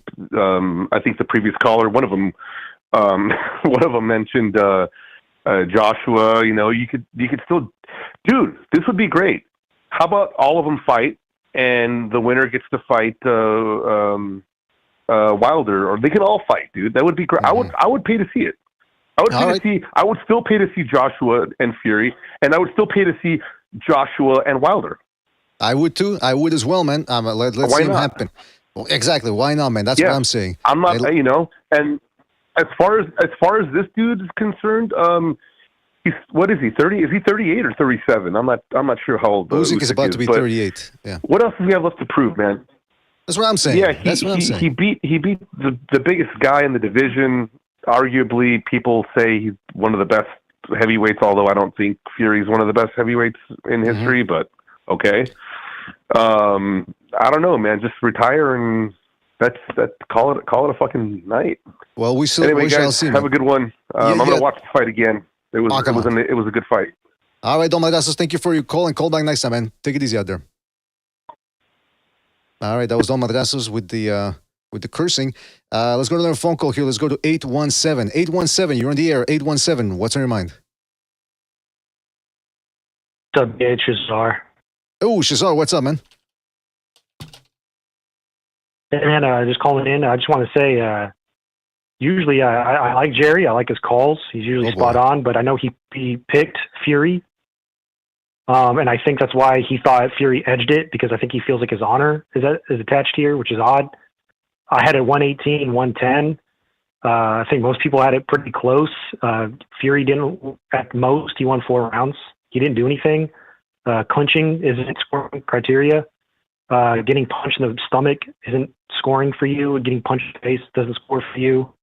Walking backwards isn't scoring criteria. It goes the other way. That's like wimp low logic from Kung Pao.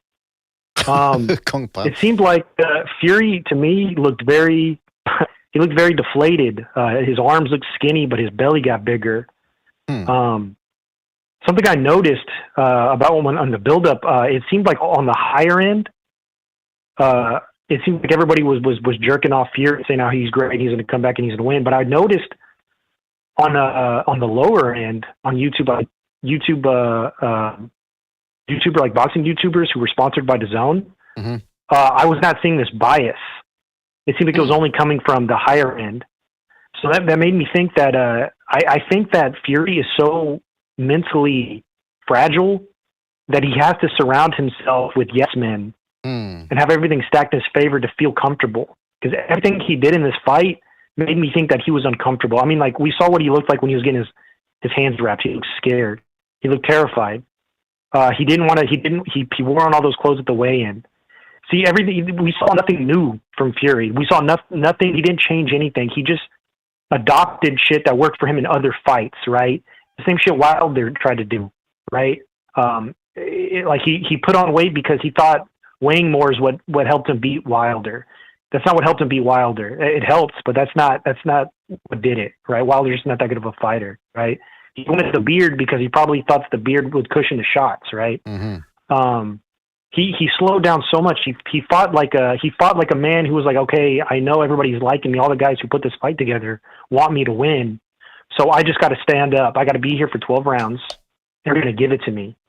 We saw no offense from this guy. Most of his head movement was gone. His legs were shot. He was scared to throw because every time he threw, he got countered. Like, remember when Usyk put on his ass and got robbed a knockout in the first fight? Right. It was from counter shots. He threw like 3 pitter-patter shots, and then Usyk caught him with I think it was like a 2-3 or something. And I think that freaked him out. And that's why he kept that fist up that whole time. He didn't want to get countered again. He's scared to get hit. And every time Usyk hit him in this fight, he got on his bike. He looked shot. There was a couple times where he got hit, and he would just like stare off into space and start like kind of staring at the floor like he was like searching for something. Yeah, he didn't look right. Yep. Like Errol Spence. Yeah. I think I saw the that. fight's still there for the for yeah, exactly. I'm glad you saw it too. But he fought like a scared man. He looked shot, man. I think the fight's still there for Joshua, but some dudes who look like they're scared to get hit. So it might be a really, really messy, kind of boring fight if they end up fighting. Because I don't know who would win. Because a lot of there were some people saying that his Fury's gas tank looked better. Well, it didn't. He tried to like I was saying, he was trying to repeat the success he had. Right? He didn't do anything for the first couple of rounds. And right around the time in the first fight where he turned it around and started putting it on Usyk, he tried to do the same thing, and Usyk clocked him, and he got scared and reverted back, and gassed out, and he was just throwing pitter patter shots. There wasn't anything on the shots, and I knew it was over when he started trying to lean on him. He was low blowing Usyk, trying to clinch on him. It was over. He knew it. He knew in his heart that he's like, oh fuck, I can't beat this dude. There was nothing. We saw nothing dynamic there. He looked like an old shot fighter. It is what it is, And I'm not saying Usyk looked like prime either. To me, I thought Usyk looked old too. He did look better in the first fight. I thought he looked like he slowed down a lot in this fight, Usyk. Yeah, I think. Well, I mean, 38, man, 38 fighting a guy that outweighs him by a lot. Yeah, he was gonna look a little worn out too. But yeah. So yeah, man. Well, listen, Shazar, man. Yeah, the great observations. Thank you for your call, and call back next time. All right, take it easy. See you next time, guys. Hit the like, dudes. Yeah, hit the like, fellas. Hit the like. Take it easy, Shazar. Yeah, that's the Fury, I think, might have been discouraged by the fact that he put on so much weight, and then he's still not backing this dude up, and he's getting backed up. Yeah, I think that actually it did look like it discouraged him. I also want to talk about the stiff arming. Was he using the stiff arm, and was that illegal? We haven't touched on that. We're almost done with the phone calls, fellas, on the panel, so I'm gonna get back to you. We're gonna get back here soon. Let's go to our phone call. Let's go to 484. 484, you're on the air. 484, what's on your mind? BDA, this is Olaf. How are you doing, brother? Is this really Olaf? I don't recognize the voice. Yes. Yeah, this is Olaf, brother. How are you? Good, Olaf. Good. How are you holding up? Oh shit, it's really on. I think it is. Can you hear me? I can hear you. Can you hear us? Can you hear us? Yeah, I mean, listen, man, I thought at best that fight was a draw. Maybe you can give it to Tyson Fury. But, I mean, man, I'll tell you what, BDA, I mean, there's so much I have to talk about, man, when it comes to that fight itself, and then just, there's a lot of things, man, and then, like, your whole community is just fucking treacherous and toxic and faggot. You know, I mean, there's a lot of things, dude. There's so much to talk about here, man. And we got limited time. We got limited time. So exceptionally well in that fight. Okay. What's that, BDA? Sorry, I'm just saying we got limited time. So yeah, go ahead. What were you going to say? I know, but you got guys coming on here, fucking jerking Usyk off, man. That's all it is. And Usyk is not a good fighter, man. Usyk is not a better fighter than Tyson Fury. He's not. He's BDA. You there? Yeah, I'm here, man. Come on, go ahead, please. You're keeping me in suspense. No, I heard a fucking beep in the background. Ignore it. Keep going. Ignore it. Keep going. All right, BDA, man. What I thought happened there, man, was every time Usyk hit something with Tyson Fury always responded, whether it be a combination or a jab or whatever it may be. Usyk guarded the uppercut very well in this fight, but Tyson Fury also guarded the overhand left that he got hurt with in that first fight. Guarded it perfectly. Usyk didn't land that punch one time in this fight. You have a crowd and a group of people who are homosexuals who have a agenda against Tyson Fury on your fucking in your community, man. And I'll tell you what, dude. I'll tell you what, man. And I'm sorry to say this, BD, because I respect Bucho, I recognize, I respect you. I don't respect Jimmy. I don't like fucking Jimmy as a man. Whoa. Okay, and the way that he fucking talks about Tyson Fury is unacceptable.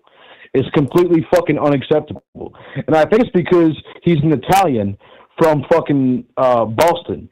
I think that's the reason why. Because Boston's dominated by the Irish, and fucking Tyson Fury's an Irish fighter. I think that's the reason why. Well, what did he say? What did he say that set you off? I'm curious. What did he say? Jimmy's half Irish. Yeah, what did he say that set you off? First of all, what did he say that set you off about on that? He's been anti Tyson Fury the whole fucking time, bro. No, he hasn't. The whole time. I mean, he was one of those jack off piece of shit going into the from fight. day I one. said he After he beat Wilder the third time, you had fuck you, pussy. Okay, fuck you, dog. Okay, come on. I don't respect you at all because you're not a true boxing fan. You're not a true boxing fan, bro. You're not. I mean, hold on. Let Jimmy reply. Right. You gotta let Jimmy reply, man. Come on, go ahead, Jimmy. Do you want to reply or? Well, I mean, he's calling me a fucking pussy and shit. I mean, what he doesn't respect me as a man. I'm half Irish, first off, too. Secondly, I said Tyson Fury has what it takes to beat if he comes in light and sticks him out at the end of the jab and he stays light and he has the movement, has the skills to beat Usyk. For whatever reason, he decided to come in heavy. The way other people call in and talk about fucking Tyson Fury, I think you can screw me with somebody else. I'm not fucking ever. I don't take this shit that personally. To badmouth anybody like that. Well, I do, Jimmy. Guess what? And you know what the difference between me and you, Jimmy, is? Guess what? I take it personally when it comes to a white fighter, and then you had this hard on for Marvin Hagler from 40 fucking years ago, who is an average fucking fighter at best. Okay, he can't hold Tyson Fury's fucking jockstrap, and you want to suck him off every fucking time you go on a live stream. Fuck you, dog. Are you serious right now? Are you serious right now? Cool, man. Wait a minute, because I want to suck off Marvin Hagler, an all-time great middleweight. Some say one of the best all-time middleweights, and he's a local guy. He's a local guy who we looked up to. Okay, now you're saying I'm sucking off black fighters. He ain't fucking shit compared to Tyson Fury. Okay, he ain't shit. You say Marvin Hagler ain't shit, dude. Says everything I need to hear. Everything I need to hear. So continue with your fucking insults, bro. Continue with your insults. My family's been in boxing for 100 fucking years, bro. Okay? I got fucking relatives on the cover of fucking Ring magazine in 1929. My fucking family's been in this shit forever. So don't fucking talk to me like I'm some fucking punk and I don't know what I'm talking about, because I do. and I respect Marvin Hagler. He's one of the greatest fucking middleweights of all time, and every expert would agree with me on that. Against Tyson Fury. That's the problem. That's the fucking problem. But again, could you maybe give me one example? Give me one. And this give me one fucking community you have here is biased. Okay, well, two things. Let's stick to number one. Can you give me a concrete example of how Jimmy has been biased against Fury? He's been talking the whole fucking time about how Tyson Fury ain't shit and how Usyk can do this and do that and whatever. Listen, man. Listen, bro. That fight after the first let me just tell you this. It's a fucking tragedy. No, listen. Let me tell you something. After the first Wilder fight, bro, listen. After the first Wilder fight, right, when it was he won by, I think, easily won. Nobody picked Tyson Fury in that second fight. What was my prediction? Go back and listen what my prediction was. I said Fury was going to knock him out in the 5th round. Nobody in boxing was picking Fury to knock Wilder out. Nobody. Was the one, am I wrong, Mr. BDA? I said Fury's going to stop him. Everybody was like, what the fuck are you talking about? Because the first fight went 12 rounds. I said, now he's with Sugar Hill. He's going to realize he has the right hand. He has the talent to fuck. He's going to catch him with the right hand, and he's going to stop him. I was wrong. It took the 7th round. But I predicted Tyson Fury to beat him, and I said he's the most talented big man I've ever seen. I've always said I've never seen a man 6'9" who can fucking box like that. So I've complimented Tyson Fury to no end, bro, and that's a fact. Oh, that's Sam took some stuff up. Look, man. I think Tyson Fury boxed well in that fight. I really do, man. I think that was a really close fucking fight. I don't think that was people are calling in talking about how Usyk fucking did this, did that. Usyk didn't do shit in that fucking fight, bro. Listen, like I said 5 minutes earlier, okay? But Usyk seemed to have the defense down to lock down that uppercut that hurt him in the first fight. And Tyson Fury was not going to get hurt with that overhand left that Usyk had there, man. So when I'm watching this fight, I'm like, man, we're at a standstill here because it seems like these are two extremely talented fucking guys, okay, fighters, and it's just like and it was just like I think what the judges were seeing was Usyk I think what was him just tapping the body. I think, but Tyson Fury is nearly 6'10", 280 something fucking pounds. His body's always going to be there. Andy Ruiz's dad said that. He said, I want to fight Tyson Fury because his body is always there. It's like you can't fucking miss him. I mean, you might miss him up top, but you're not going to miss him to the body. You can always hit him to the body. You're always going to be able to hit him there because he's so fucking big. It doesn't matter how good he moves. He's just so big that you're going to be able to fucking hit him there. Well, listen, all I'll say is that's the problem. I got you. Man. We got you. Hold on, Olaf. I'll say this in regard because again, the Jimmy thing, I disagree. Jimmy's never been anti-Fury. I don't think. And again, just because he's a Hagler fan doesn't mean he's gonna be anti-Fury. Number two, in regards to people, the Usyk community being toxic, I did say in the last episode that we were one of the few people that were on the Usyk train in the build-up to the Joshua fight. Not everybody was on. And so now what's happened is he's become popular. It's almost like, I hate to give this example, but it is what it is. It's like when back in the 90s or 80s, 70s, when there was this band that was on the come-up and you were listening to it and people didn't get it. And then they become famous, and the same people that didn't get it, all of a sudden they pretend to like it because it's the in thing. In other words, they don't know what they're watching. They don't know what they're listening. I think some of that happened with Usyk to the point where it's attracted a lot of people who just like to point fingers after a fight and say, your guy lost. That's what the internet's become now. That's what's boxing in the internet has become. So I don't take it too seriously. And on top of that, you sort of put yourself out there by saying Fury was going to destroy the guy, he was going to do this or that. So you put yourself out there too. You got to take a little bit of responsibility out there as well, man. Usyk is a great fighter. He's a Hall of Fame fucking. I mean, one of the best fighters, probably the best fighter I've ever seen. Shit. guy is probably the best fighter I've ever seen in my whole life. There you go. I mean, like he just is. He's absolutely fucking incredible. I remember when ESPN was piping up Lomachenko, and I would tell my friends who didn't really watch boxing that much, I said Lomachenko has this stablemate called Usyk, who fights at cruiserweight, and he's a fucking monster, and he's an absolute fucking beast. I mean, Usyk was my favorite fighter for years, from like 2015 to like basically until he got involved with Fury a few years ago. Mm-hmm. Like I was a huge. I mean, I was the person that was always telling these guys, like, because people like casual sports fans would know who Lomachenko is. All right, well, listen. I mean, it is what it is, man. I mean, it's not a big. Listen, it's not a big deal. Fucking Usyk lost. I mean, Fury lost. I know there's going to be people that are going to shit on him, just like there's people that still shit on Usyk. It is what it is. It's the internet. You can never control what people say, but you can control your reaction to that. So rest assured, everything will be all right, Olaf. You're here amongst friends at the BDA community. Everything's going to work out, man. It's all about the boxing here for the most part. So go ahead, and I Jim. just want to say one thing for the final thing off. Seriously, dude. I wasn't the guy. Maybe you're confusing me with someone else. I was never bashing Fury like that. I've said multiple times, I've never seen a man that big be able to box like that. I used to say all the time, I've never seen anybody that smooth on his feet who can jab and move like that at that size. I used to compliment the hell out of him.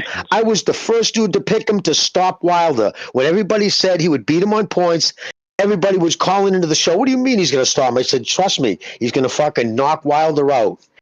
Everybody was giving me shit. So I'm not that Tyson Fury hater that you think I am. I'm just not. Listen, man. Listen, guys. Can you post a link to your fucking what's that? The Discord server in the open lines? Because I left it just as a meme. Because people would think it was funny if I left after Fury lost. We'll repost it. That was literally the reason why I left. We'll repost it. Butcher, if you can repost it, please, because something's going on here. I don't want. I'll repost it. And listen, Olaf didn't run away. He's here, so don't give him any shit about it. I respect Olaf. Yeah, I know. I do. Like, Bucho. I literally left because people would say like, "Oh, look, Olaf left again." Like it's a meme kind of thing. All right, I gotta move on. The last fight, the first fight. All right, I gotta go. We gotta go into another phone call here. But shout out to you, Olaf. Thank you for your call. Take it easy out there, man. Take care, man. I love all you guys. I love you, Jimmy. I love you, Bucho. I love you, BDA. Brother, peace, brother. Yeah. And take care, brother. No offense, Happy holidays to you guys. All right, man. Back at you, man. All right, happy holiday to you too, kid. Happy white holiday. All right. There you go. See, everyone loves each other. It's all love here. It's at the BD, the Boxing Debate Arena. Let's go to another phone call here because that one lasted a long time here. Let's go to 410. 410, you on the air. 410. What's on your mind? Yeah, it's me again. The last caller. Uh-huh. The last caller, I was with him right up until he started taking shots at Jimmy and talking about Marvin Hagler ain't shit. Come on, bro. You're discrediting yourself when you say stupid shit like that. He was getting on, people calling on up and hanging on Usyk's nuts. I agree with him because the callers that called after I did, yeah, man, these guys aren't boxing fans. What they are is they're fanboys. They like Usyk and they don't like Tyson Fury, and so they can't seem to see things in an unbiased nature. However, this guy exposed himself to be no different when he starts saying that Tyson Fury is the best he's ever seen, and he just got all over his ball sack. You can't call up and you're right. You can't call up and accuse people of out of the way fanboyism, which I do believe there was some of that in those callers in between my call and his, and then go and be a total fanboy like that. And just to clear things up for the people that were responding to my last call in the chat, I said, if you had Usyk winning this fight tonight by a point, I got no problems with it. If you had it a draw, I got no problems. I had Fury up 1 point, very close. My thing is at least from what the scorecards, it looked like they had Fury or Usyk winning by 4 points. I didn't see that. I didn't see a 4-point victory. To me, it was basically a draw But if you split hairs, if you like Usyk, okay, that's fine. Let's keep it in context. Usyk, he won the cruiserweight title. That's never been a glamour division. He was the best guy there, and he was undisputed. And okay, that's well and good. Heavyweight, he fought Witherspoon's nephew in a nothing burger. Then he fought, who was it, Chisora? Very uneventful fight, a boring fight. He's got 2 victories over AJ. Okay, cool. But Andy Ruiz exposed AJ not long ago. Beat the dog shit out of him. Just recently, Dubois beat the dog shit out of him and knocked him down 4 times also, just like Ruiz. Usyk went 24 rounds with AJ, and the second fight was pretty competitive. Now, I'm not trying to discredit Usyk, but I think people get out of control with their fanboyism, just like the last caller was saying, in that I'm hearing this guy he's at an all-time great, he's up there with Ali. Come on, man. Come on. Yeah, I mean, I think people have to dial it back. You're right. I mean, people are on the edge right now. I think maybe it's because it's Christmas time. Everyone's prancing around with the Christmas shopping. It's got everybody on the edge, I think. And Mr. BD, I just want to say, I don't think he really meant that, what he was saying, but I think at the time he was raging out a little, and I think he wanted to hurt my feelings. And I don't think he meant that about Hagler. I think he was just using that as like kind of a shot. I don't believe he believes that. I think at the time he was angry at me. Well, I get it, but still, you know what I mean? Man, when you go talking shit like that, you discredit yourself. You know what I mean? Now, I get what you're saying, that, yeah, he got all emotional, but that's just what he was claiming others were, fanboying and stuff like that. And then he goes on and does it, even to the point where he's going to take a great fighter like Marvin Hagler and say he was ordinary and he wasn't shit. Nah, but you can't do that. You're discrediting yourself. You're telling people you're a fucking huge fanboy if you're going to go to those extremes to try to show your loyalism, if you will. I'm not attached to these fighters. I like Usyk and Fury. I don't give a shit who wins. Those guys are super rich. You know, I appreciate they put on a good fight. You know what I mean? I'm not trying to discredit Oleksandr Usyk. He's a badass. But I'm not going to overcredit him either. I'm just can't do it. As far as Fury's weight, I didn't see any difference there. When he came in lighter in the last fight, he got hit, knocked down, and was out on his feet. So, yeah, he came in heavier in this fight, never went down, and he was never hurt badly like that, like he was. So the argument could easily be made that the weight, I didn't see the weight or his stamina as an issue. Mm-hmm. And for the people he also kept his right hand up. You got to give him credit. He kept his right hand tight against that jaw, which was smart. Yeah, I mean, he was like I said, yeah, he's an extremely talented boxer. Yeah, he was very active throughout the fight. Here's the thing. Guy said a couple calls ago, just talking about Usyk or Fury is so much bigger. Well, if you look at the lineage of the heavyweight championship, the most successful heavyweights we've ever known, with a couple exceptions, have been 215 to 225. Evander Holyfield, Mike Tyson, Muhammad Ali, you name it. Now, there's been exceptions like Klitschko and Lennox Lewis, the bigger guys. But typically the bigger guys, when they fight a slightly smaller guy, just like you've seen tonight, the slightly smaller guy is going to be a little faster. And the bigger guy, oftentimes, like with Fury, he's not as powerful of a puncher as it would look like he maybe should be because he's so big. He's just not. He's gotten better since he got with the guy from the Crown Gym. He's punches better than he did earlier on. But when you look at his size, you think that size is commiserate with a punch, but it's not. And oftentimes with the big guys, it's not. And they oftentimes are a little slower. So, like I say, you know, Usyk was doing a lot of up and down. He was a lot of hand movement, a lot of kinetic movement.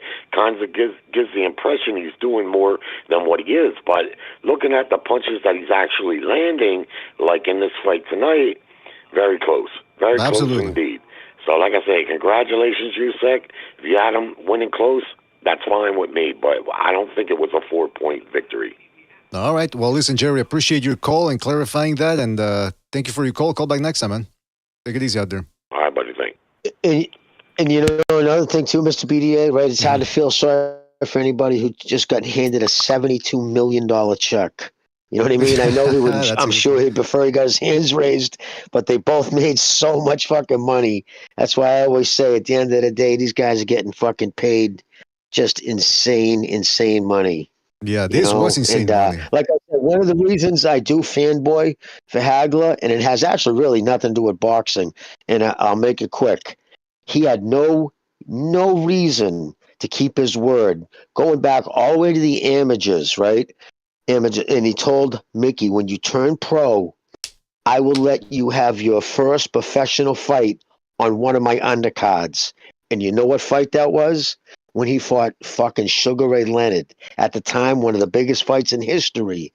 And his people reached out to Mickey, and to go out to Vegas and have his first fight. He didn't have to do that. It was like, Mickey was like, can you believe he still remembered that? Never mind fucking actually went through with it. So and my respect for him was like, you know what I mean? He treated everybody, black or white. He treated you how you treated him. He was a respectful guy. He wasn't tribalistic. And that was one of the big things about fucking Hagler I always respected.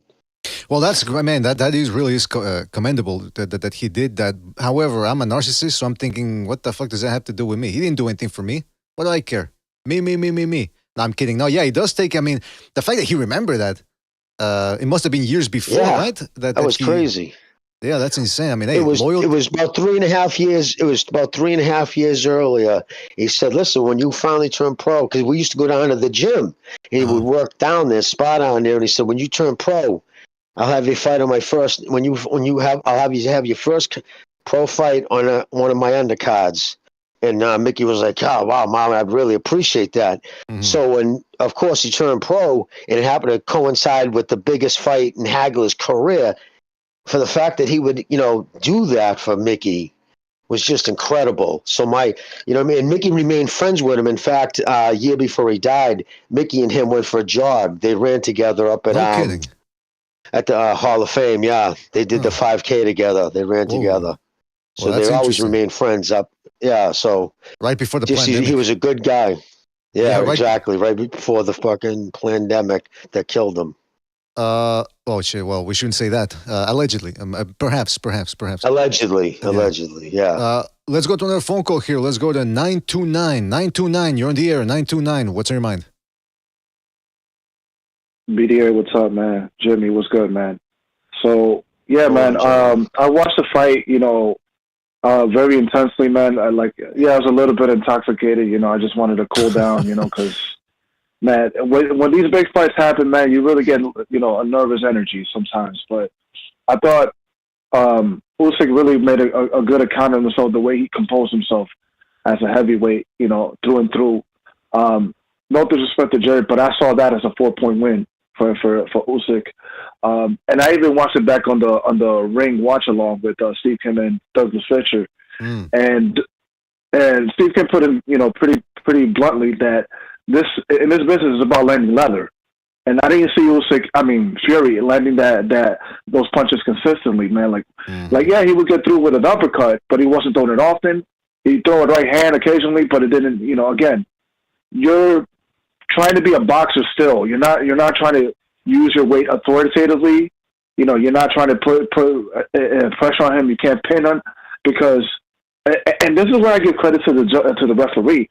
He broke that up. He broke that shit up because they didn't want all the time being spent, just hugging and trying to fight for precision. Because and Usyk is really good at that. You're really bracing for the clinches and really breaking them off. And the one thing I give Fury credit was, using that right hand to block, the left. Because that's what got him in the last fight. Right. So I give him credit for that, but you don't get credit for not throwing enough not throwing, but not landing enough. He wasn't landing with efficiency. And I felt like when the rounds, kept moving on and shit, Usyk really, couldn't miss. So that's the way I look at it. 116, 112, that seems pretty fair to me. Yeah, I think so, man. I think so. That's, I mean, I could see 116, 112. 115, 113, I don't think so. I'd have to re-listen. But yeah, man, that way it was. I think it was a clear Usyk win. Fury did make some adjustments, like you said, but it just wasn't enough against a guy like Usyk. Anything else, man? No, I just want to say, look, man, Usyk is an all-time great, man. Like, I feel like he's the best of this generation. I felt like this fight is kind of like the beginning of the end to that heavyweight, era of Fury, Joshua and Wilder, because it's a bit short-lived that both of those men did not want to fight Joshua, but whatever. It's all good, man. Like those fights can still happen, It's just not with the same luster without the belts, but it's fine. If he wants to go down to cruiserweight, go for it, man. It's like, and be 2-time undisputed. Shit, we'll see, man. But yeah, man. Anyway, thanks for taking my call, bro. Thank you, Virtuoso. Thank you for calling in, man, and catch you on the next one, man. Take it easy out there. Take it easy, Virtuoso. Merry Christmas. Merry Christmas. Right back at you, man. Merry Christmas to everybody out there, man. Real quick, man. Shout out to LL for his contribution with the Buy Me a Coffee. Shout out to LL. He says, Usyk beats Lennox Lewis. Watch Holyfield and Marovich. Ali. Watch Mildenberger. See, I'd never seen that fight. Watch Foreman. He'd beat Foreman. He says, watch Ali. He'd beat Tyson. He says, watch Holmes. He'd beat Lewis, Can Crusher. He'd beat Larry Holmes, he says, White Hope Can Crusher. He'd beat Holyfield, he says, watch Michael Moore. He'd beat Marciano, he says, watch the Jersey Joe Walcott fight. And then Jack Johnson, he just put LOL. And he says, greatest heavyweight ever. I mean, I gotta tell you, shout out to Double L for his contribution, or actually LL, because it's not Double L. No, actually, it is Double L. Anyway, the point is, maybe he'd beat some of those dudes. I mean, I could counter by saying, watch the Michael Hunter fight or the Brady's fight. Those were very tough fights for him at cruiserweight. So if he's fighting heavyweights that are more on the cruiserweight side, I don't know how it would go. But shout out to LL. Certainly Usyk. Normally I try to avoid overhyping guys, but he certainly deserves. He's supplanted himself as one of the best fighters of this generation. So there's no shame or difficulty with me having to argue against that or against him, how he would do against other fighters. I want to say something real quick. Yeah, Virtuoso mentioned the watch along. Steve Kim, because now what's his name? The Sheik just bought Ring Magazine, so he's still got Doug Fisher there, and by osmosis, I guess, or proxy, Fisher brought in Steve Kim, and they were doing a watch along. I didn't watch it during the fight, but I was hearing it before the fight, during. And it was actually pretty entertaining. Reminded me of, it was like back in the old days. Steve Kim and Doug Fisher together, those guys have great chemistry. Steve Kim is the one that pointed out that he's like, what's up with Tyson Fury's trunks? That was insane, man. I've never seen. Maybe it's because he's got a weird physique. It looked like they were higher than usual, but they're almost up to his armpits. That was insane, and no, they didn't do anything about it. That was insane. But anyway, listen, guys, I gotta go to the Pisciru, or however they say it in Italian. So if you guys could please hold the fort down, I'd appreciate it. I'll be right. Oh, come on, what is that picture? I'll be right back. Oh, I didn't know it Dan Raphael in the back. Yeah. What can we say about this fight? I mean, I wanted Fury to win, and I told everybody this before the fight. I wanted Fury to win because I think it was better for boxing if Fury won the fight. But my prediction was Usyk by majority decision, and that's pretty much it, man. Never Sobers, are you there? Yeah, what's up, Bucho? Yeah, what's up, man? You want to say you want to say anything about the fight? I feel like Fury did a little bit of a Andy Ruiz type of catfish on everybody. You know, after he beat Joshua the first time, he made everybody think that he was working out and getting in shape, taking pictures from a fat girl angle, you know, above his head, making himself look skinnier. And then when it came to fight night, he didn't want to take his shirt off to even weigh in. So he didn't take his shirt off until he got in the ring. Tyson Fury did the exact same thing. He acted like he was getting ready for everybody, whatever. Oh, look at his new physique. He's looking stronger. And he didn't want to take his shirt off until he got in the ring. And he had his trunks up to his tits. And then we saw the weight, and I was, trying to rationalize it. Say, okay, he's trying to go heavy. He wants to put pressure on Usyk. He's coming in like in that that Wilder rematch. But he tried to do the same thing. He acted like he wanted to box, and that was just never going to get him the win, especially if you come in fatter and slower. You know, I didn't see how that was going to get him the win. So it kind of seems like I kind of feel like he phoned it in a bit. Yeah, Jimmy, Tyson Fury coming in at 281, he obviously looked chubby. What's that all about? Like, is he not training, or is that his natural body type?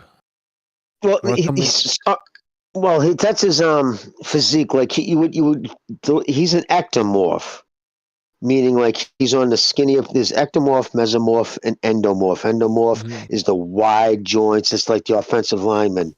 That's just his body's type. He's very long-legged. If you actually look at him torso-wise, if he was sitting in a chair next to Usyk, the torso is not much different. He's all legs.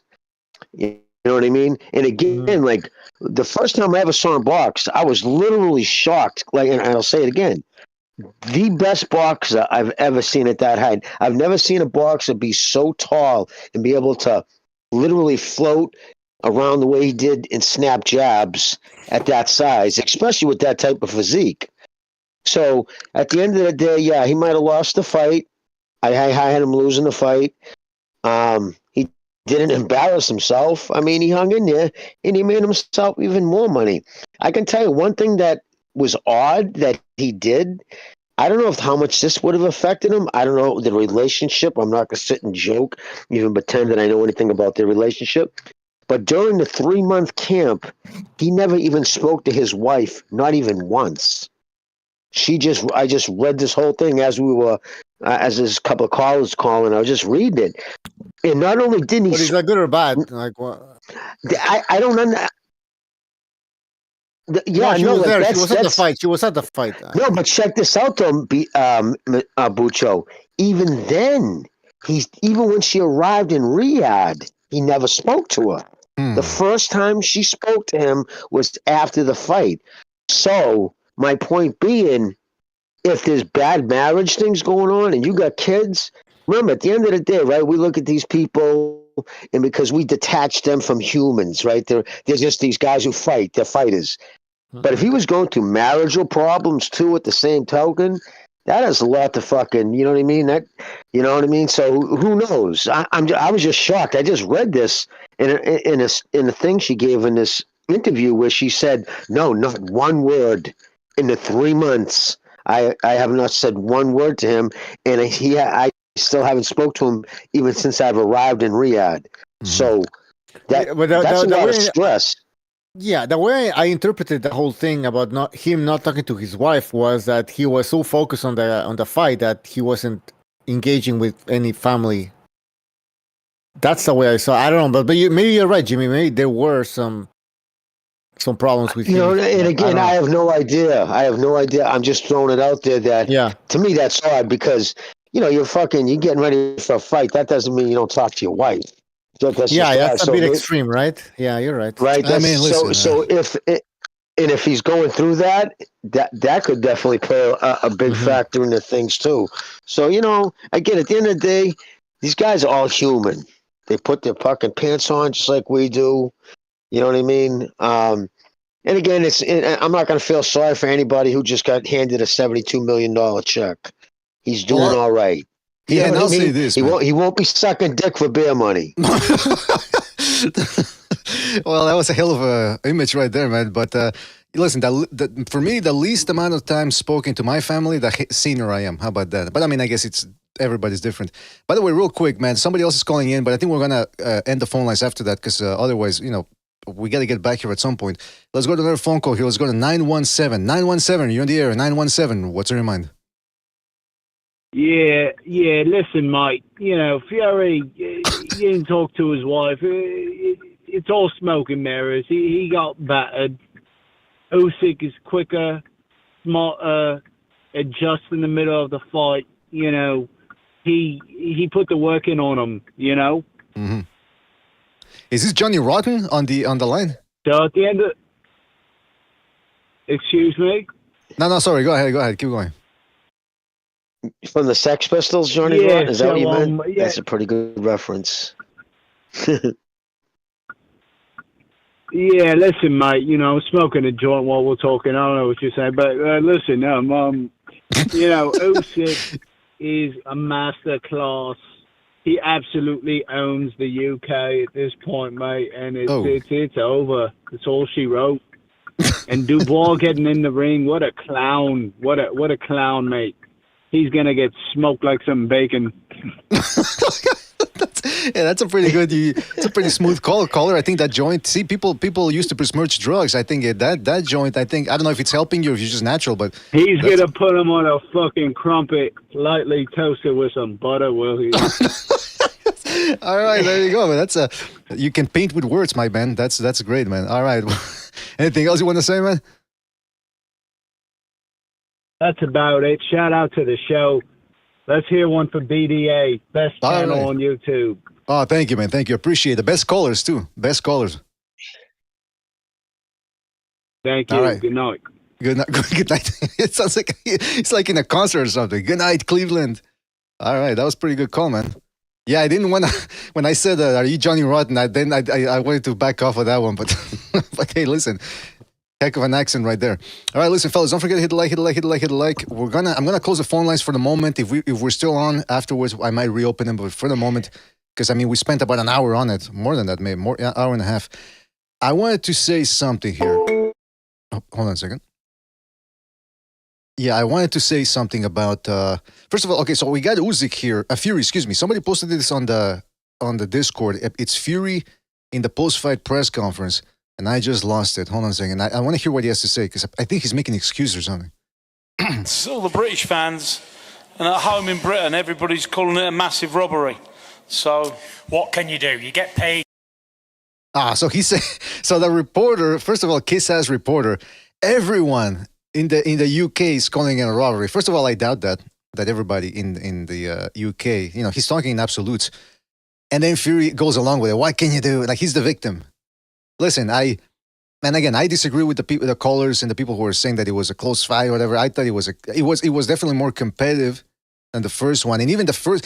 But because that's what the argument people are making. They're saying, well, the first one was close and this one was closer, therefore Fury should have won. But I thought the first one was close, but I don't think it should have gone to Fury either. So this one was a little bit closer, but it still should have gone to Usyk in my eyes. The AI agree with the judges. So many people are saying Fury didn't win that one. So I understand. I understand. Listen, I've seen it before. Marquez, when he lost to Bradley, he cried robbery. That's how some of these guys are. They're very hard-headed, and they have a lot of pride, too much pride sometimes. And I think that's what's going on with Fury. We got Gypsy jumping in here. Gypsy, what happened in the fight? Do you agree with the verdict, or what's going on? Gypsy, what's up, buddy? What's up, brother? What's up, guys? By the way, how's everybody doing? Doing fantastic. I hope you're doing fantastic as well. Merry Christmas. Yes, that's right. Bro, look, man. This I didn't want to go. I don't want to bring politics into this, but this is clearly a politically inspired verdict for the fight. No doubt about it. No question. I had it a draw. I had nobody winning this fight. I had nobody winning this fight. I literally had, there's a guy that I respect a lot. I just saw his scorecards are very resembles for all fights, not just that. And he actually had it by 1 point for Fury. Mm-hmm. And he's not British. He's from the U.S.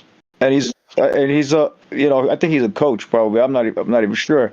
Okay. And he had it 1 point for Fury. I personally had a draw.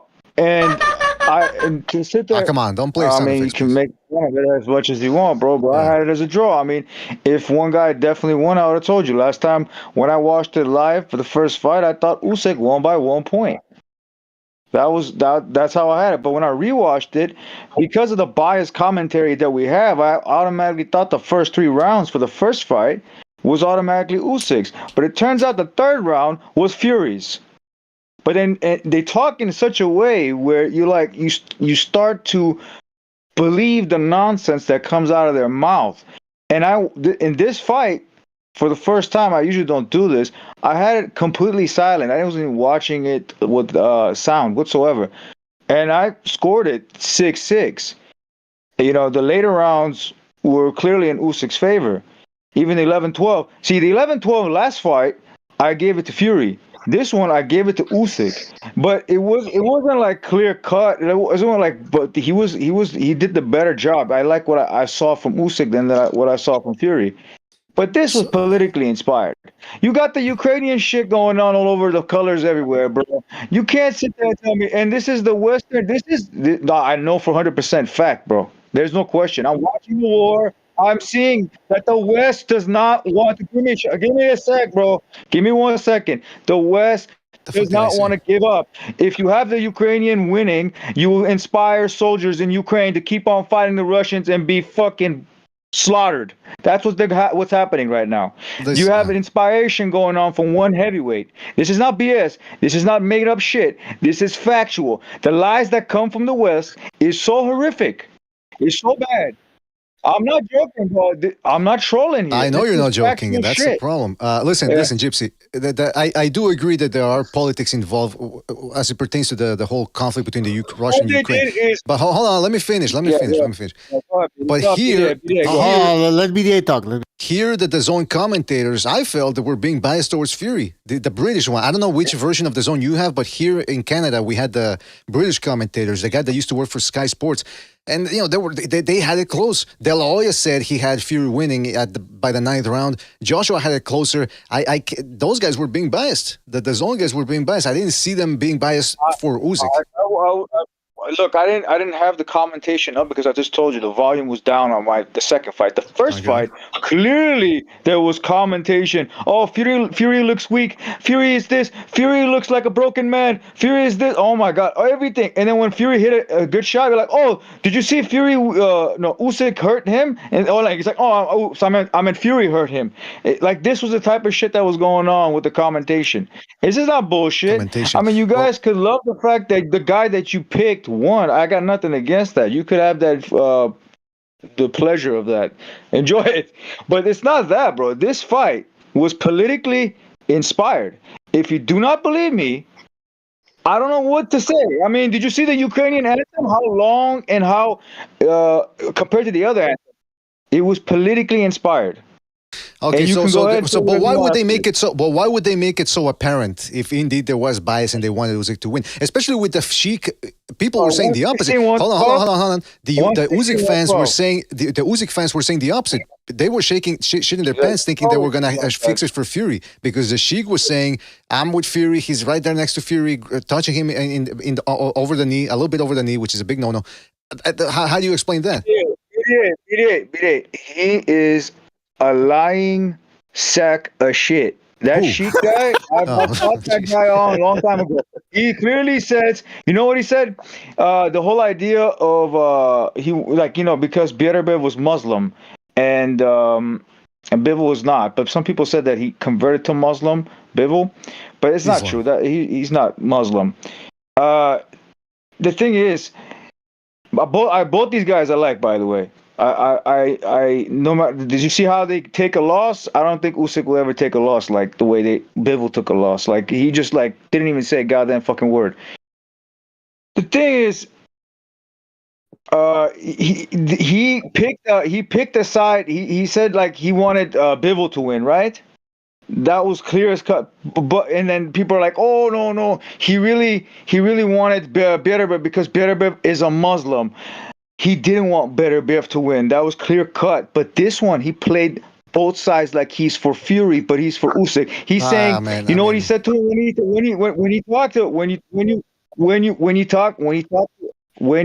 about who he wants. He said, "I want Fury, but my mind says Usyk." Motherfucker, then what's the 116, 112 makes any sense to you? 116, 112. How does this make any sense to you if you want the third fight? Listen.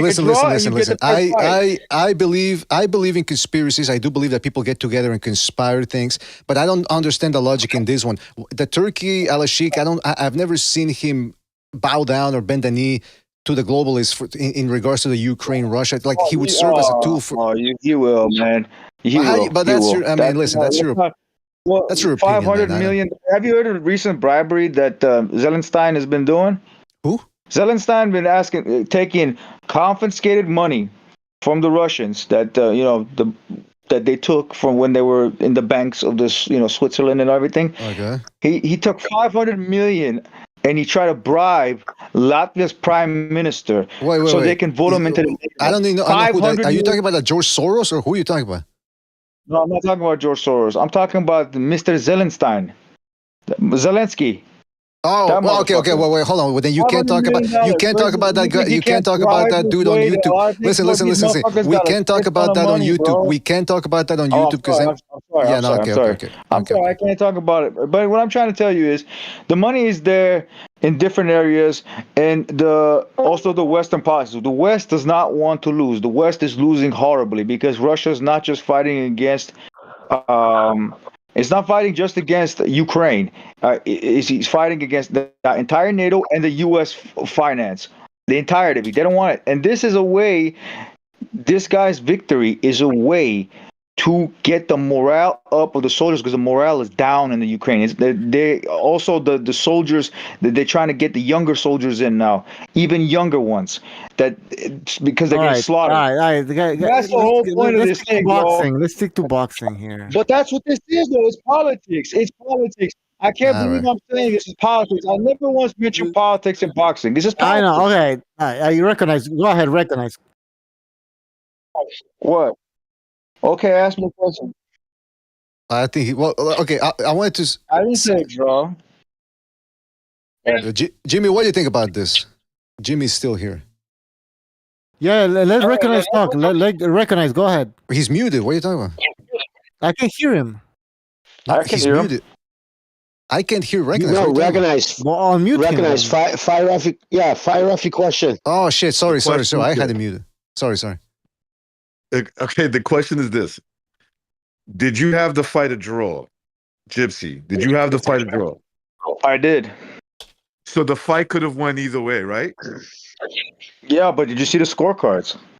Okay, doesn't matter. Doesn't matter. It does matter, bro. Because when you talk, I'll give you an example. Let Recognize. I let you speak. Okay, it was 116-112, right? So there's actually a 2-round difference. If you know anything about scoring boxing, you will know that that's a 2-round difference between your scorecard and the official scorecards. So that means they had 2 rounds that they disagree with you that you probably gave to Fury, right? So you're saying that this is politically motivated. Okay, it's politically motivated. What I would encourage you to do is go to see where the judges gave the 2 rounds difference between you and theirs, and see if he actually won those rounds. Because you're saying that everything is politically motivated. Everything. It is. I mean, I got what you're saying. I'm gonna still rewatch it. You think I'm just because I came here and I said my piece when I watched it live? That's it and done deal. No, I'm gonna rewatch it. I'm gonna see conflict with the Ukrainian. Let's just say, when it comes to the religious part of the Ukraine, because of its connection to Russia, right? 100% it has it, bro. They had POWs fought at the beginning of the war, and I when Fury said this the first time, I'm like, he's just talking out of his ass. By the way, I had and then when I watched the POWs caught, they were talking about Oleksandr Usyk. Okay. Bro, fine. It has a huge influence in the fight. I had it 116-112 for Usyk. I bet you do. You also thought that it was a draw between Beterbiev and Bivol, but that wasn't the case. And it's your opinion. It's your opinion. It's your opinion. I got nothing to say about that, bro. That's your opinion. And I'm telling you right now, this was a freaking draw. And some guys actually have a 1 point with Fury winning it. 1 point for, and it makes sense. But I'm not going with that. I said it was a draw watching it live. Can I ask you then something? This is a complete robbery because you got 116, 112, all 3 judges. It doesn't make sense to me. If you had it 6-6, it's not a complete robbery. Because that means that could have won the fight. Did you see Dave Allen? Did you see what happened to Dave Allen with John Fisher? Supposedly he got robbed, right? I didn't watch. Wasn't that a fucking robbery? I didn't watch. All right then. If I rest my case, that's it, bro. That they fucking robbed. Bro. They robbed. They fucked. There was 2 big robberies in this fight right now. That has Huge robberies. Usyk and Fury fight. That has nothing to do with the Usyk and Fury fight. Oh, yeah, I think the judges would play the factor in that one too. I mean, it wasn't the same judges. You're saying that there was a robbery. This is coming from a guy who had it a draw. It doesn't matter, bro. A draw. If it's a draw, it's supposed to be called a draw. It doesn't go that way, or it goes the other way. It's called a draw. And if you're gonna give it to the Ukrainian that the West bows down to, if you're gonna give that to the Ukrainian, you make it at least reasonable with 115, 113. You don't make it 116, 112, and you don't call Beterbiev Bivol's fight a split decision because it never was. It never was. That was a unanimous decision. Did you see? It was majority. Yeah, okay, majority. I thought it was not even majority. That shit wasn't even majority. But I let a lot of people had a draw and a lot of things. I thought Beterbiev won a close fight. Yeah, I thought Beterbiev won a close fight. It wasn't close, man. That shit wasn't close. It was competitive, but it wasn't close. That's the difference. Well, hold on. You said that the draw would have been the fight was a draw. So if it's a draw, that means it's close.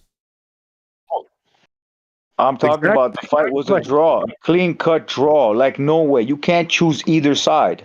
But like, I mean, literally, like split down the fight draw, bro. Like, first of all, that's my opinion. But I have to rewatch it. I didn't score it like that. I went off the okay, I remember I gave this round to Usyk, I gave this round to Fury, I gave this round, and I was like, okay, based off Gypsy, of just I understand that, Gypsy. Top of my head, I'm saying I understand that. But if let's say I concede that the fight was a draw.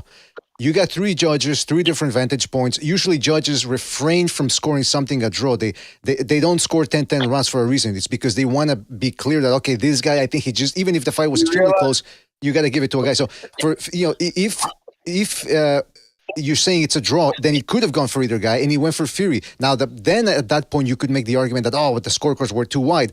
But I don't think so. I think that I'm looking at the consensus amongst boxing fans.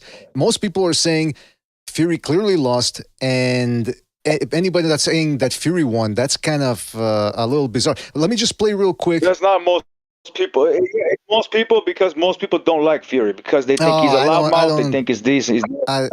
Trust me, that's an excuse. And let me explain to you why this is politically inspired. Let me tell you why this is politically inspired. If it made business sense, they fight 3 times. They don't fight 2 times. It makes business sense, right? It makes boxing business sense, does it? Then why the fuck didn't it not happen? Well, hold on, it makes business sense. It makes business sense, but if one guy deserves to get the win, they're going to give it to him. They're not always going to say, you know what, we want the third fight. Let's fucking ruin Usyk's record with a loss. They just give him a draw. But that's the thing, though. This third fight, and and ultimately, I think that if it was a third fight, he would clearly win it. This is my opinion. So, okay, so just to get this straight, you're saying this is psyop and we're all falling for it. Is that what you're saying? Yes. All right. Well, let me just play. Let me just play. I got you. Let me just play. Liberal fucking gay shit, bro. I want to play what Fury said as he was walking backstage. What's his name? Ben Davidson, his old coach, caught up to him. This is what was heard. What do you think, Hagler? Truthfully. I thought it was dead tonight. I thought you was going to get it, if I'm honest. I swear to God, I thought I won it by at least 3 rounds. I bossed the fight in front foot. Okay, so Ben Davidson said, if I'm honest, I thought it was very, very close. And then Fury goes, I thought I won by at least 3 rounds. By the way, if you look at that video, Ben Davidson... Fury over-exaggerates his accomplishments. That's how he always is. But I'm telling you, that shit was a fucking draw. Okay, that was a draw, bro. So even if we concede it was a draw, it's not a robbery. Even if we concede it's a draw, it's not a robbery, man. Even if we concede it's a draw, it's still not a robbery. Bro. I mean, if you really look at the first fight as well, you give him the 3rd round, they give him the 4th round, you give him the 5th and 6th, and then you give him the 7th. The rest is, and then 11 and 12 was also his. It's you give him even with the knockdown, you still give it to him. You know what? And if he's the A side, he gets the W. Can I say something, man? But he's not there. I respect your opinion. I respect your opinion. So what I'm going to do is I'm going to rewatch the fight. then I'll have a more concrete way of addressing what you're saying. But right now, is you're so cocksure, no pun intended, of what happened that I can't really. I don't know what to say to that. So all I'm going is by my first impression of the fight, and that's really it. But listen, this fight was a heck of a way to end the year. Let me tell you, because it was perhaps one of the biggest fights this year, at least on paper. All the marbles, heavyweight championship, to end the year.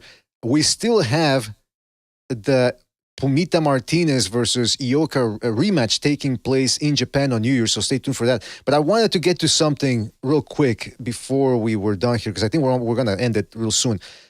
Jimmy, you were MIA when I wanted to bring this up. The fact that, like you said Top Rank was going with DAZN. I had spoken on another panel to Rick Glacier. He said, no way. You were right on the ball on the first one there. And I'm not going to ask you how you knew, but you knew, and now apparently, Top Rank is joining the DAZN umbrella. Good, bad? Are we going to be overestimating what's going to happen, or what do you think is going to happen? So that rumor did come true that they are signing with DAZN. Yep, next year. Yeah. So that was you know where I got it from, dude. I mean, I just he tells me not to say it because he can't put his name to it because it wasn't said on the record. Right. So when he says, you know what I'm saying? Don't say who. Yeah. Yeah. No. Of course not. But anyways, so he said that's what the rumor is, and that's why I said that. But I didn't put any names to it. Mm-hmm. But Rick Glacier has, and I respect Rick. I respect his opinion. I'm not bad-mouthing him in any way, shape, or form. He just does not like Eddie Hearn. He has a serious personal grievance with Eddie Hearn. I don't know what it stems from. And because Eddie Hearn is associated with the DAZN, I think he just didn't want to believe it was going to happen. Interesting. I think that's where that drives from. He really doesn't like Eddie Hearn. But I mean, it makes sense. Listen, and another reason why too, you can kind of look at that. Who does Top Rank share Fury with? They share him with the fucking hitman there guy from the mobster from Ireland. Frank Warren? What's his name? Frank Warren. Yeah. Uh-huh. Frank Warren, his outfit just signed with DAZN. Mm-hmm.